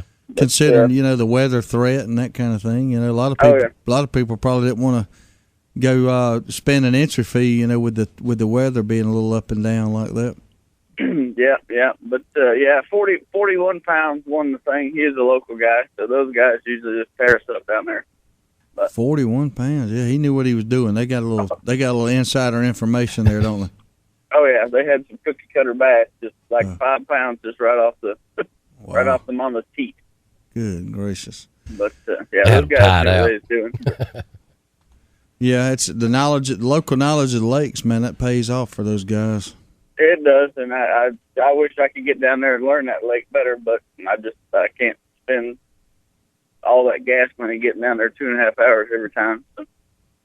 It don't seem like it's that far. I used to go all the time down there speck fishing. Me and Dad would go down there. We caught a lot of speckled perch down there through the years, but it is a pretty good ride when you get trying to, from start to finish, from leaving your house to getting the boat in the water. It's a solid 2.5 hour trip. Oh yeah, especially way out here in Lakeland where we're at. There's no easy way to get to the highway. So. Yeah, that's right. Pulling the boat and all that stuff. But hey, any day on the fishing lake's better than a good day at work, huh? That's exactly what I told them Saturday when I came in with nothing. I said, hell, at least it ain't working. So. That's right. Look on the bright side. Exactly. There's always good with the bad, right? That's right. Well, what did you catch the big bass on? What bait were you using? I was throwing a weightless Cinco up under docks. Really? And just let it, throw it under there and just let it flutter down. And as soon as it fluttered to the bottom, she nailed that dude. And I set the hook and she started coming up, and then she jumped up and hit the bottom of the dock and made just one heck of a sound when she hit the bottom of that boat dock. Man. And I knew the fight was on then. Oh, yeah. Or they're over. Yeah, that probably woke her up. Yeah, exactly. It woke her up. And then I freaked out, and I didn't know what to do. And she started jumping a couple times, and I'm just talking. I'm just, no, stay down, talking to myself literally out there in the middle of nothing. But she stayed down, and she jumped a couple more times, and I got her by the boat, scooped her in the net, and she had me wrapped around the pole just a little bit. But I was thankful that she didn't get off. And after I had to retie after that, and it took me probably 10 minutes to retie because I was shaking so bad. Yeah, that was a good catch, man. Ain't nothing like having a big old bass on the end of your line, and that 8-pounder. They look like they're 10 pounds when they're out there jumping like that, and you're worried about them getting off. Yeah, that's what when I caught it. I texted Katie and said I just put a pin in the boat, and I got up there to weigh it in, and it was only 849. But them guys up there, the local guys, are like, "Oh man, that thing's an easy 10." But she was fat, but she was real short. So yeah, short and stocky. Yeah, I know how she feels. Yeah, short and stocky. Yeah, but had a great time in the good outdoors, so that's all you can ask for. Hey, no doubt about it. Appreciate you calling this morning, Chad. Hey, y'all have a great day. All right, you too, buddy. See you. Bye. 229-253-0995 is the number to call. Let us know what you did this weekend or what you got going on, coming up this coming weekend. We got this whole week to go through, and summertime's here, and it's going to be interesting to see how long these diehard fishermen keep it up as the temperature starts hitting triple digits in the day. We got a few that I guarantee they're going to keep it up, and you can hear it in Chad's voice. And nobody out there likes it any better than he does, I'm sure. You tell. Just the way he sounds. The night fishing will start kicking in here pretty soon. I'll be interested to see what people are doing at night. I used to, in the summers, me and Steve Five-Ash, we'd go down to Lake Miccosukee and Lake Jackson and fish at night for bass. And now that's some good fishing right there. That's it don't get no better than that. Get your old buzz bait like a jitterbug or a lunker lure and pulling it through there, and you'd be surprised how many bass you catch at night on a plastic worm too. They'll eat it up, man. But here we got another call coming in. Let's see who's on the line here. Good morning, caller. You're on the Good Outdoors. How are you?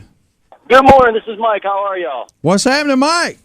Nothing. Heading down to Keaton Beach to a little fishing this morning. I heard y'all talking about fishing, so I thought I'd call in and I hear say you. hi to y'all. Yes, sir. What you going out Keaton Beach, you said? Yeah, down at Keaton Beach. Going to do a little inshore this morning. A little trout fishing? Yeah, I think so. Good deal. Well, maybe y'all will load the boat, man. It's going to be a good day down there. I think the weather's going to cooperate for you. They ought to be biting. Everybody's catching them, that's for sure. It seems like it. I haven't gone down there since probably, I guess about March or so, and I did pretty good then. So, of course, the water's warming up now. But, oh, yeah. But hey, you know what? I'm not working today. I'm going fishing, so it's going to be a good day either way. So. That's right. You're going to have a good day today, unlike the rest of us stuck up here and having to slave away here. So make sure you let us know in the morning. If you can call in, let us know, or post it on Facebook. Let us know what you did. You betcha. It was good talking to y'all. Have a good day now. All right, man. Be careful. Go ahead and just limit out on everything so we can have us a good cook. We're going to try. All right, buddy. All right, take care. All right, thanks. 229-253-0995 is the number, and that's the first infuriating call of the day that we're going to take. I mean, as always, it's a double-edged sword. We want to hear about what y'all doing out there, but, man, it sure is tough to hear that somebody's on their way to go fishing when we can't go. Especially Magic Mike. Yeah, Magic Mike. Yep, that's pretty funny there. Oh, Lordy. Well, maybe they're. I tell you, when you're going down to the ocean, though, you can pretty much count on catching something. I mean, there's very rarely you're going to. It might not be what you want to catch, but you'll catch something. That's right, but you ain't gonna go down there and blank. Not normally. I mean, that's a pretty bad day on the water if you don't catch something. Yeah, maybe a stingray, maybe whatever. Yep. Was watching Top Hooker last night. That's the show on Animal Planet where they're having the fishing contest. They have it's a pretty interesting show. It's a little bit on the silly side sometimes, but they last night one of the things. Who are you to talk about that? Yeah, one of the things that they were doing is they had to have a contest where they, as a group, they all went out on this same boat. I think it's called a schooner or something. Where there's four of them sitting on the boat, and the competition was that each one in the boat had to catch a fish, paddle back over to this basket, drop it in the basket, and they had to do that before the other four-man team did it. So it was a pretty intense battle there, and then whoever lost had to go to an elimination contest where they hopped on a jet ski and zipped out there in the ocean and had to catch one fish at least 10 inches long and get back to the finish line before the other, and whoever came in last was eliminated. So they all zipped out there, and they're in I think they must be out in California or something, because there were seals out on the rocks out there where they were fishing, and they go out there and to the designated area. They had to run wide open to get out there and drop their line as quick as they can, catch the fish, measure it, get it in the box, and then zoom back, be the first one back, or not be the last one back, I should say. So they went through that, and the guy that was eliminated was, I think he was from Australia, but him and the other guy were neck and neck, man. They both caught their fish at about the same time, cranked up about the same time, and it was a race to the finish line, and one beat the other just by a little bit. So it was pretty intense there. So one person got eliminated. Larissa Switlick is the girl that I know from the hunting industry. She has her own show called Larissa Unleashed coming out in June on NBC Sports, and she's still in the competition. She's hanging in there. So we'll take another quick break. You listen to the Good Outdoorz Radio on 99.5 Kicks Country. Wow, look at Bob trimming the grass. He's so fast. I know, and that mower is so big. And it's got a huge deck. And it cuts the long grass with deep roots so easily. Yeah, Bob's a bad boy. When you want to cut grass like a champion, get yourself a Bad Boy mower from Nashville Tractor. Nashville Tractor carries an exclusive line of Bad Boy zero-turn mowers. See them now at Nashville Tractor in Valdosta and in Nashville. Quitman, Georgia, and antiques go hand in hand. Tammy's Antiques and Consignment, located at 211 East Screven Street in Quitman, is a traditional Southern antique shop with a little twist, offering a consignment program that fits like a glove in the spacious downtown shop. But the real twist is Zumba. That's right, Tammy also offers Zumba fitness classes as well as tanning. Come by and check out the literally thousands of items upstairs and down. And if you have an item that you want Tammy to sell, bring it in. That's Tammy's Antiques and Consignment, 211 East Screven Street, Quitman, or give Tammy a call at 229-506-9146. Attention Outdoor Nation. Adel Outfitters, located at exit 39 on I-75 in Adel, Georgia, has over 18,000 square feet of outdoor unbelievability just waiting on you. Specializing in a wide range of outdoor supplies for everyone, including hunting, fishing, shooting, kayaking, camping, Little League, clothing, knives, boots, you name it, Adel Outfitters has it. They also have that personal one-on-one attention that you just might not be getting from some of the big boxes, and Adel Outfitters has a whole lot less overhead, so you'll be surprised at the deals. So come see us now at Adel Outfitters, exit 39, Adel, Georgia. Woo-wee! Sweet Tea's Smokehouse on South Hutchinson Avenue, Adel, is the bomb. You ain't had good old South Georgia barbecue if you ain't been to Sweet Tea's Smokehouse. Ribs, chicken, pork, beef, good grief, this is some fine eating. And it ain't called Sweet Tea's for nothing. Ice cold sweet tea and good old barbecue plate with all the trimmings is what living in the South is all about. Head up Highway 41 north towards Adel. Swing into Sweet Tea's Smokehouse for lunch or dinner. Great southern barbecue like it's supposed to be. And don't forget some of that fine Brunswick stew. Woo-wee! Jones Welding and Industrial Supply has been serving South Georgia and North Florida for over 3 decades. With 9 locations in the South, Jones Welding and Industrial Supply is a full-line distributor for all welding and industrial supplies. The Jones mission is to provide quality products at a competitive price in order to supply the best service available. Jones Welding and Industrial Supply has built a reputation for good, honest, old-fashioned service. For a location near you, visit www.joneswelding.com. Jones Welding and Industrial Supply is a proud supporter of the Good Outdoors. Service. It's a very simple word, but you'd think it's French. At Deep South Sanitation, our service will never be questioned. We are there when we say we'll be there. If there's a couple extra bags by the can, we pick it up. Deep South Sanitation don't care if the lid won't close. All the more reason to dump it. If you're elderly or disabled, the Deep South Sanitation team will get your can, dump it, and put it back. If trash blew out, we don't leave it, we pick it up. Keep the money you pay for sanitation services local by supporting Deep South Sanitation, a locally owned business. Call Carrie Scarborough today at Deep South Sanitation, 229-559-0200. You're listening to The Good Outdoors with Steve, Darrell, and Ronnie on 99.5 Kicks Country. Now, let's get back to the fun. Welcome back to The Good Outdoors on 99.5 Kicks Country. Darrell Sample Jr. Posed a question during our break there, and I think Darrell likes to fish. I don't think he gets out there very much, but he asked a question. Well, I'll let you ask the audience, Darrell. Go ahead. Well, it comes down to, because growing up, I was more of a saltwater fisherman. Mm-hmm. I really didn't like going down to the lakes and picking up the small fish. So that comes out to which one's better, salt or freshwater fishing. So there's the question, 229-253-0995. Would you rather fish saltwater or freshwater, or do you have an opinion? We'd like to hear it. So give us a call again, 229-253-0995. Me, I've always been a freshwater guy. I grew up bass fishing and love it, and that's just the one that I want to do. But let's see what y'all got to say about it here. Good morning, caller. You're on the Good Outdoors. How are you? Good morning, fellas. What's happening? This is Ricky. Hey, Ricky. How you doing? Man, I'm doing good. Look here, I like the freshwater fish. Yeah. And what the difference is when you go down to saltwater, you don't know what you're going to catch and how big it's going to be. That's right.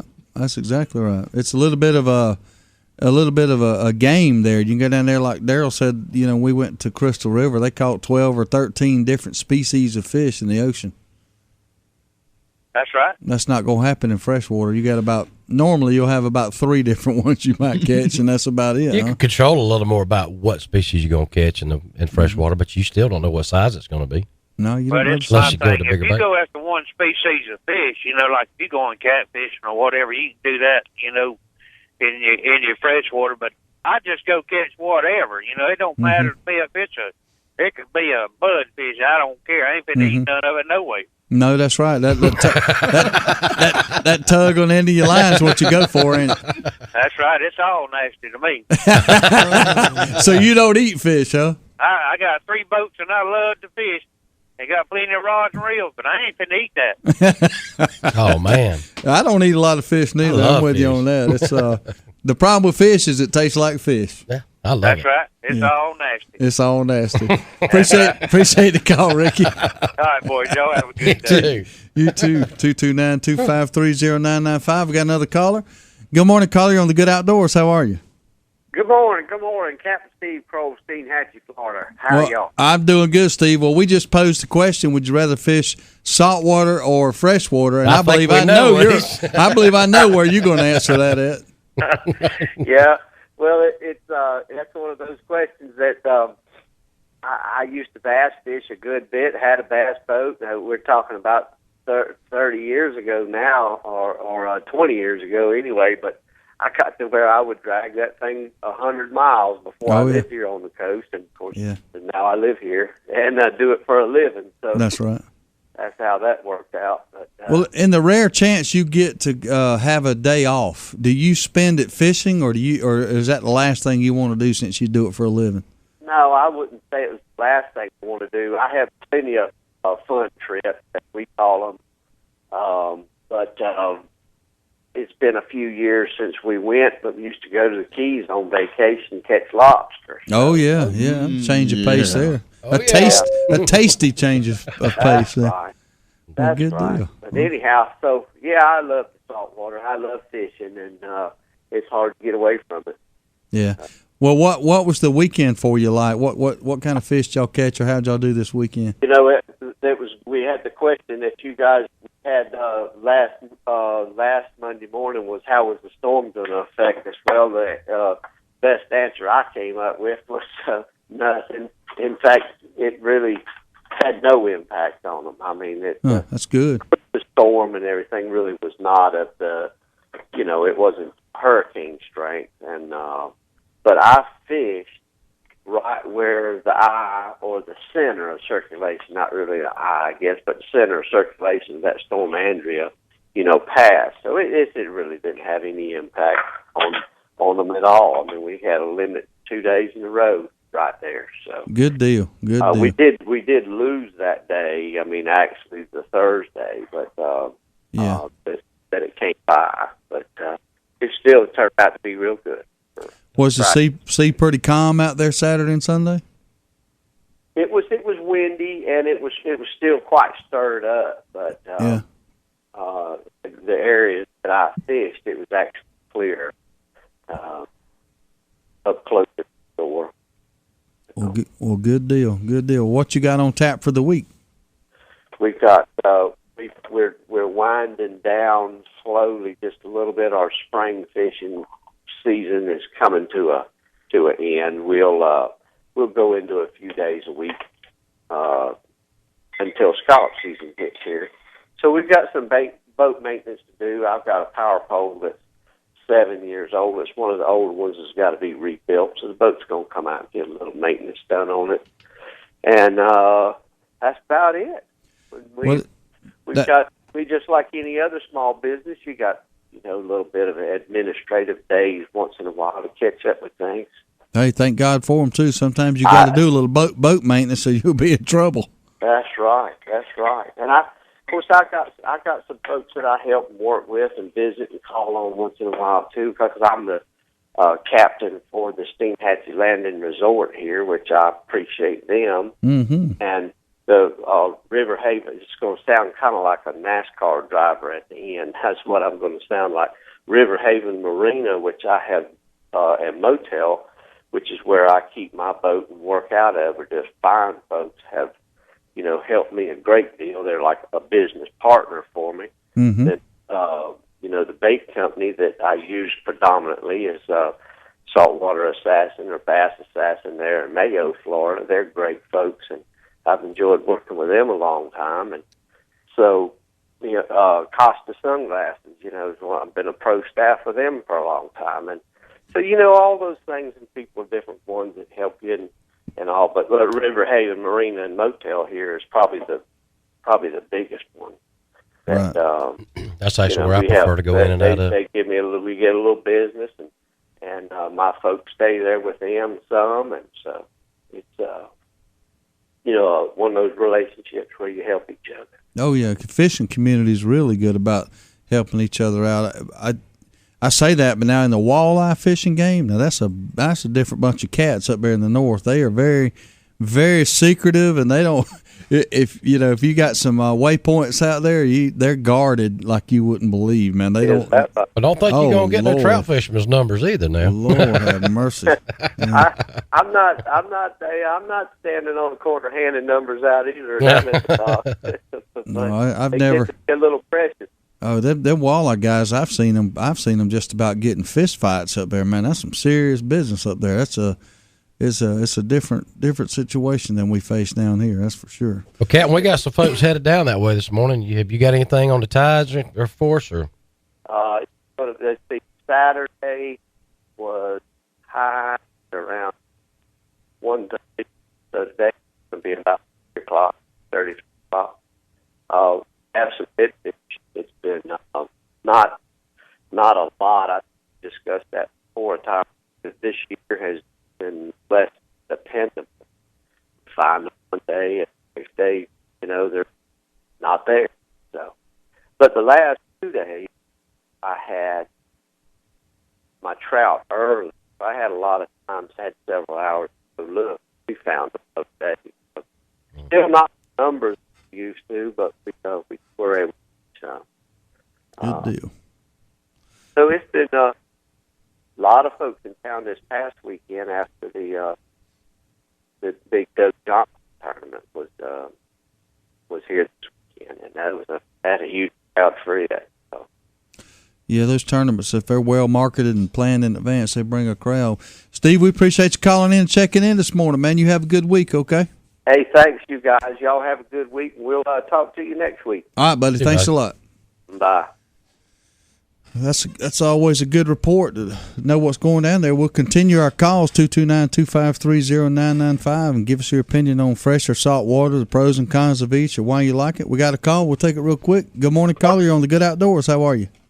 Steve, good morning. This is Kerry Scarborough. How y'all? Hey, Kerry, what's happening, my brother? Hey, I got a question. Lay it on me. That Nashville tractor commercial, Yeah? I'd like a spin like that on my trash can doing. Okay. But the voices, I'd like Ronnie and Darrell to do. Oh, wow. I'll leave that with y'all to think for a while. Y'all have a good day. All right, Kerry. Appreciate it. All right, bye. Deep South, Deep South nice Sanitation. Kerry Scarborough, y'all give him a call. We wish Kerry good luck with everything he's going with there. Fine company and a fine support of the Good Outdoors. I got some good stories that I can share with y'all, and then I got some that I can't share with y'all. But Kerry's always been a good friend of ours. He put some of these gray hairs I've got now in my head back in high school when I'd sit there and wonder if he was going to make it to pick me up or not, and then we'd get there and run in there at the last minute. Miss Horton would be mad at me, boy. Those guys knew no fear.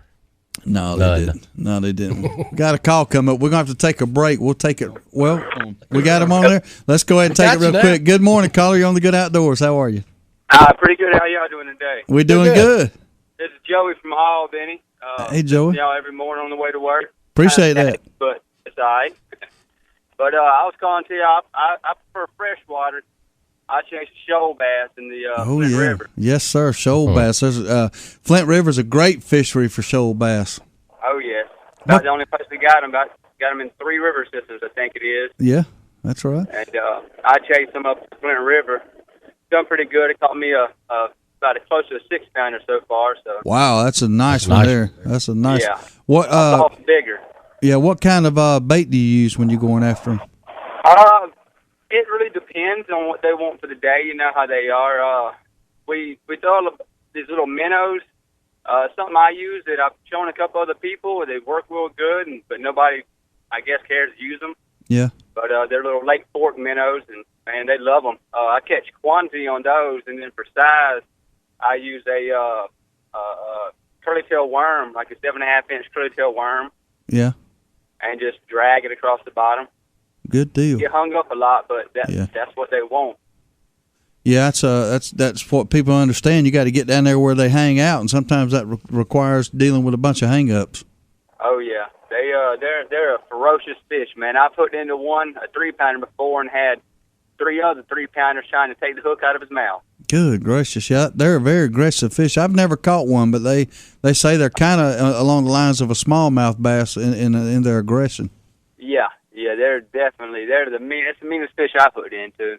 Good thing they don't have fangs. Yeah, like piranhas. Yeah, they bite pretty hard. Once you get a hold of them, the big ones, they can bite you and draw a little bit of blood because they got them big old teeth that they got to They're not big, but you know. The ridges, yeah. Yeah, the little ridges, man. They're something serious. Well, maybe I'll just stick to bluegill. Appreciate you calling, Joey. You have a safe day, man. You too, man. Appreciate y'all. Yes, sir. We're going to take a quick break here on the Good Outdoors. We'll be right back in 3 minutes. So, Dawson, is Dad still ill about you calling him out on his shooting ability? I don't think so, but I have seen him on the range a lot more lately. Dad always says practice makes perfect. That's what he says, but I don't think it works for adults. Why do you say that? Well, from the look of the scorecard, it's making it worse. Dawson, bring me some more shotgun shells. Okay, Dad. If you need some practice, come by Southwind Clays and Quail on the Quitman Highway just past the river headed towards Quitman. With a top-notch clubhouse, a 5-stand, sporting clays range, as well as a rifle and pistol range, Southwind has what you need to succeed. World-class quail hunting is also available with some of the finest bird dogs around. Dad sure shoots a lot. Yeah, if he keeps this up, Mom's gonna be mad. Why is that? Because he's spending all Mom's shopping money on shotgun shells.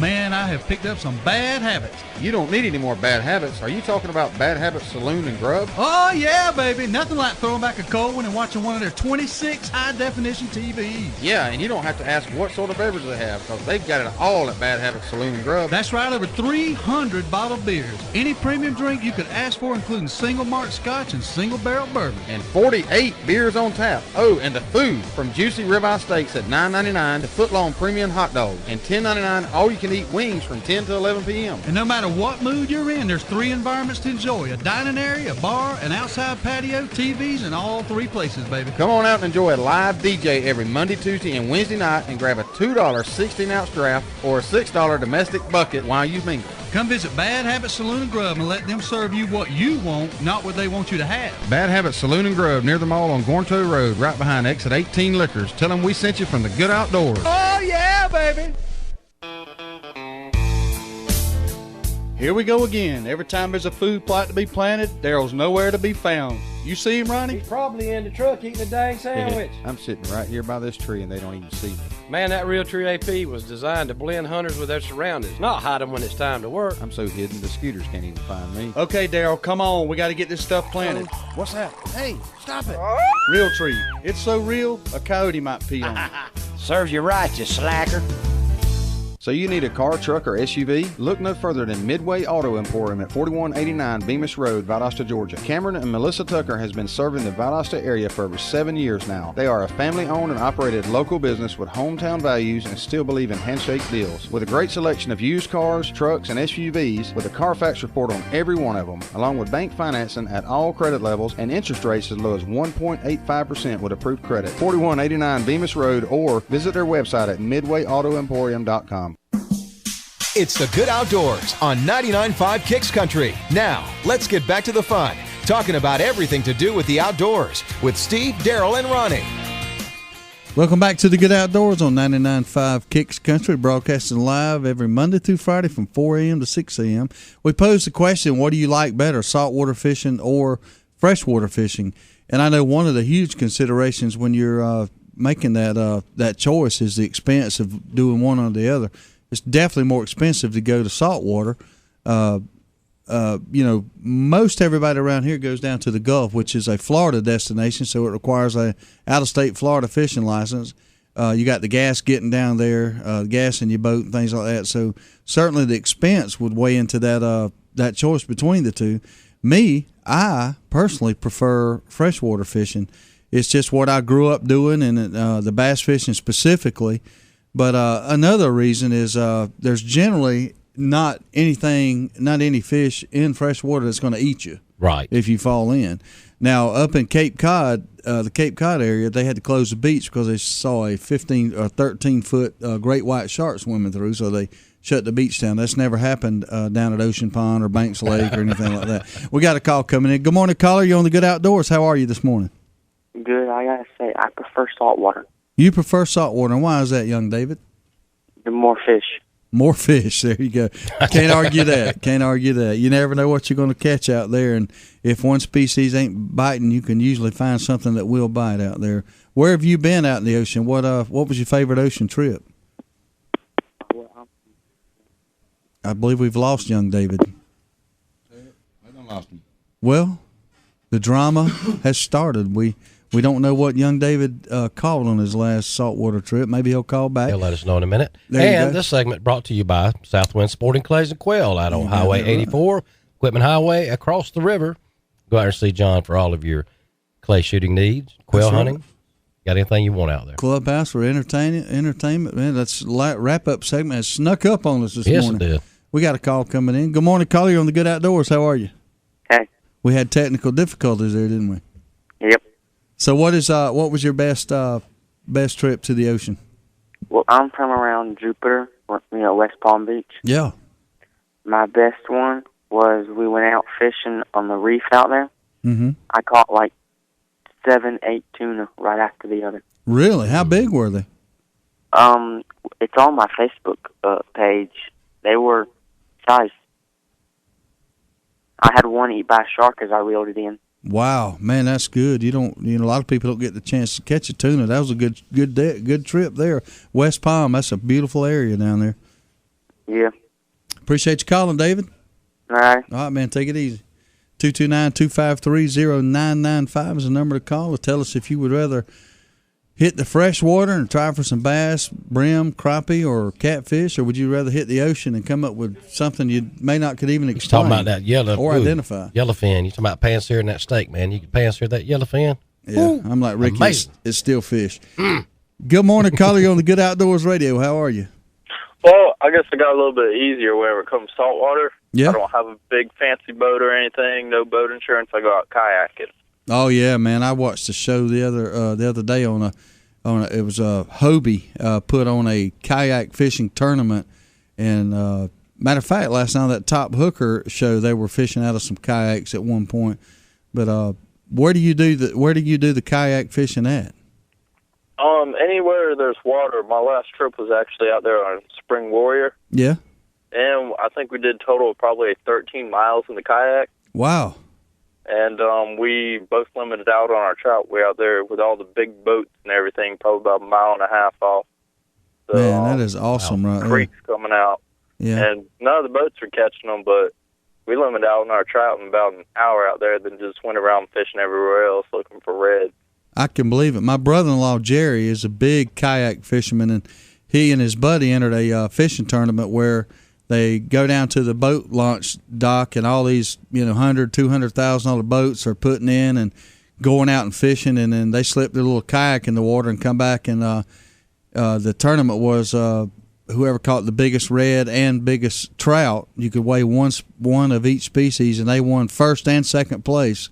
And they banned them from the tournament from then on. They wouldn't let them do it.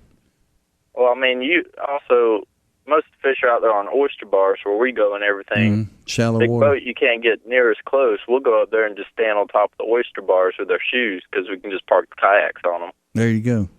It's almost cheating. It's almost slipping in the back door. It's kind of like throwing a spitball in baseball. But nothing beats night fishing for bass. I went this past Saturday night for a few hours and caught 5 good-sized ones. What bait do you like to use at night? Just depends, but they liked them quiet. I was just throwing a hollow frog and just barely even reeling it, and they were just sucking them under. Yeah, that's a lot of fun, man. I love night fishing for bass, and there's a lot of places, a lot of lakes around here that you can get in and catch some big old fish at night. Oh, the bigger ones bite at night. Mm-hmm. Trip last year, I caught a few 7 and 8 pounders in the 2 hours. Man, that was a good night. Where are you calling from? What city? Valdosta. Valdosta. All right, we appreciate you listening this morning. Every morning. All right, man. Take it easy. Thanks. All right. Bye. 229-253-0995 is the number to call to tell us, would you rather fish in saltwater or freshwater, and why? That kayak fishing is very interesting. About the time that the guy, the shark came and take the fish away from him, he was in a kayak. Seen that video going around? No, but it happens. Barracuda, sharks, they'll get after you, fish reeling them in. But the kayak, I can imagine hooking a good redfish or something in that kayak and getting pulled all over. It happens to me on bass ponds. If I'm paddling around in a light aluminum boat and you hook a 5 or 6 pound bass, he'll pull you all over the place. He sure will. Makes it fun. That does make it fun. 229-253-0995 is the number to call. We appreciate all our listeners, and from Douglas, Georgia, Fitzgerald, Georgia, Waycross, Georgia, over that way. And we got Mon-Fri, Thomasville, Cairo, Albany this morning. Appreciate all the calls. We'll take another call right quick. Good morning, caller. You're on the Good Outdoors. How are you? Good. How are y'all guys? We're doing good from Fitzgerald. Speak of the devil. How you doing? Yeah, pretty good. I gotta say, I'm a backwoods freshwater fisher. I can't beat catching them bass, man. Man, there's something about a largemouth bass. It's fascinating, isn't it? Yep, getting back there in the little John boat and paddling around. I love it. Yeah, it just doesn't. It doesn't take a lot of effort to get out there and bass fish. If you got a little lightweight aluminum boat and maybe a trolling motor, you don't even have to have that. If you got a small pond, just a paddle and a fishing pole, and you can get out there and make something happen. Yeah, that's right. That's right. You just can get into places that these bigger boats can't get into. Yep, that's what I like to do. I like to go back there in the backwoods and find one of them little ponds that nobody really goes to. Yeah, you try to get out there and catch them and keep it a secret for as long as you can, so nobody else will find out where your hole is. That's right. That happened to me when I was in college off the Equipment Highway there. I found a pond, and somehow the word leaked out. My buddy told somebody, and I come there Saturday morning. There's 15 boats in a 2-acre pond. Good gracious. Yeah, that ain't good. Yeah, make you sick. Yep. Appreciate you calling, man. All right, y'all take it easy. All right, thanks. 229-253-0995 is the number to call. We've probably got enough time for 1 or 2 more calls at the most. One more. Here we go. You're the lucky last caller. Good morning. You're on the Good Outdoors. How are you? Good morning, sir. I'd have to say freshwater. Freshwater, and why is that? Oh, man, the bass got me hooked. There you go. It's about every week. Yep, if the bass have got you hooked, you're doing it the wrong way, buddy. You got to change your tactics up, man. I usually go out there to Jennings, Florida, right there by the Ocean Lake. Yeah. My grandparents live right off the smaller lake right next beside it, and I usually go over there a lot. Oh, good deal, man. I've always hooked into nice size bass. The lowest one I really caught out there was 4.5. Well, good deal. You doing good. Appreciate you calling. We hear the Good Outdoors calling our name. We're going to have to sign off and get through one more day, but you can rest assured we'll be right back here tomorrow morning at 4 a.m. to 6 a.m. to take your calls and talk about the Good Outdoors. Appreciate y'all listening. Y'all have a good day. Toodles. You've been listening to The Good Outdoors on 99.5 Kicks Country with Steve, Darrell, and Ronnie. Join us every weekday at 4:30 when we'll do it again.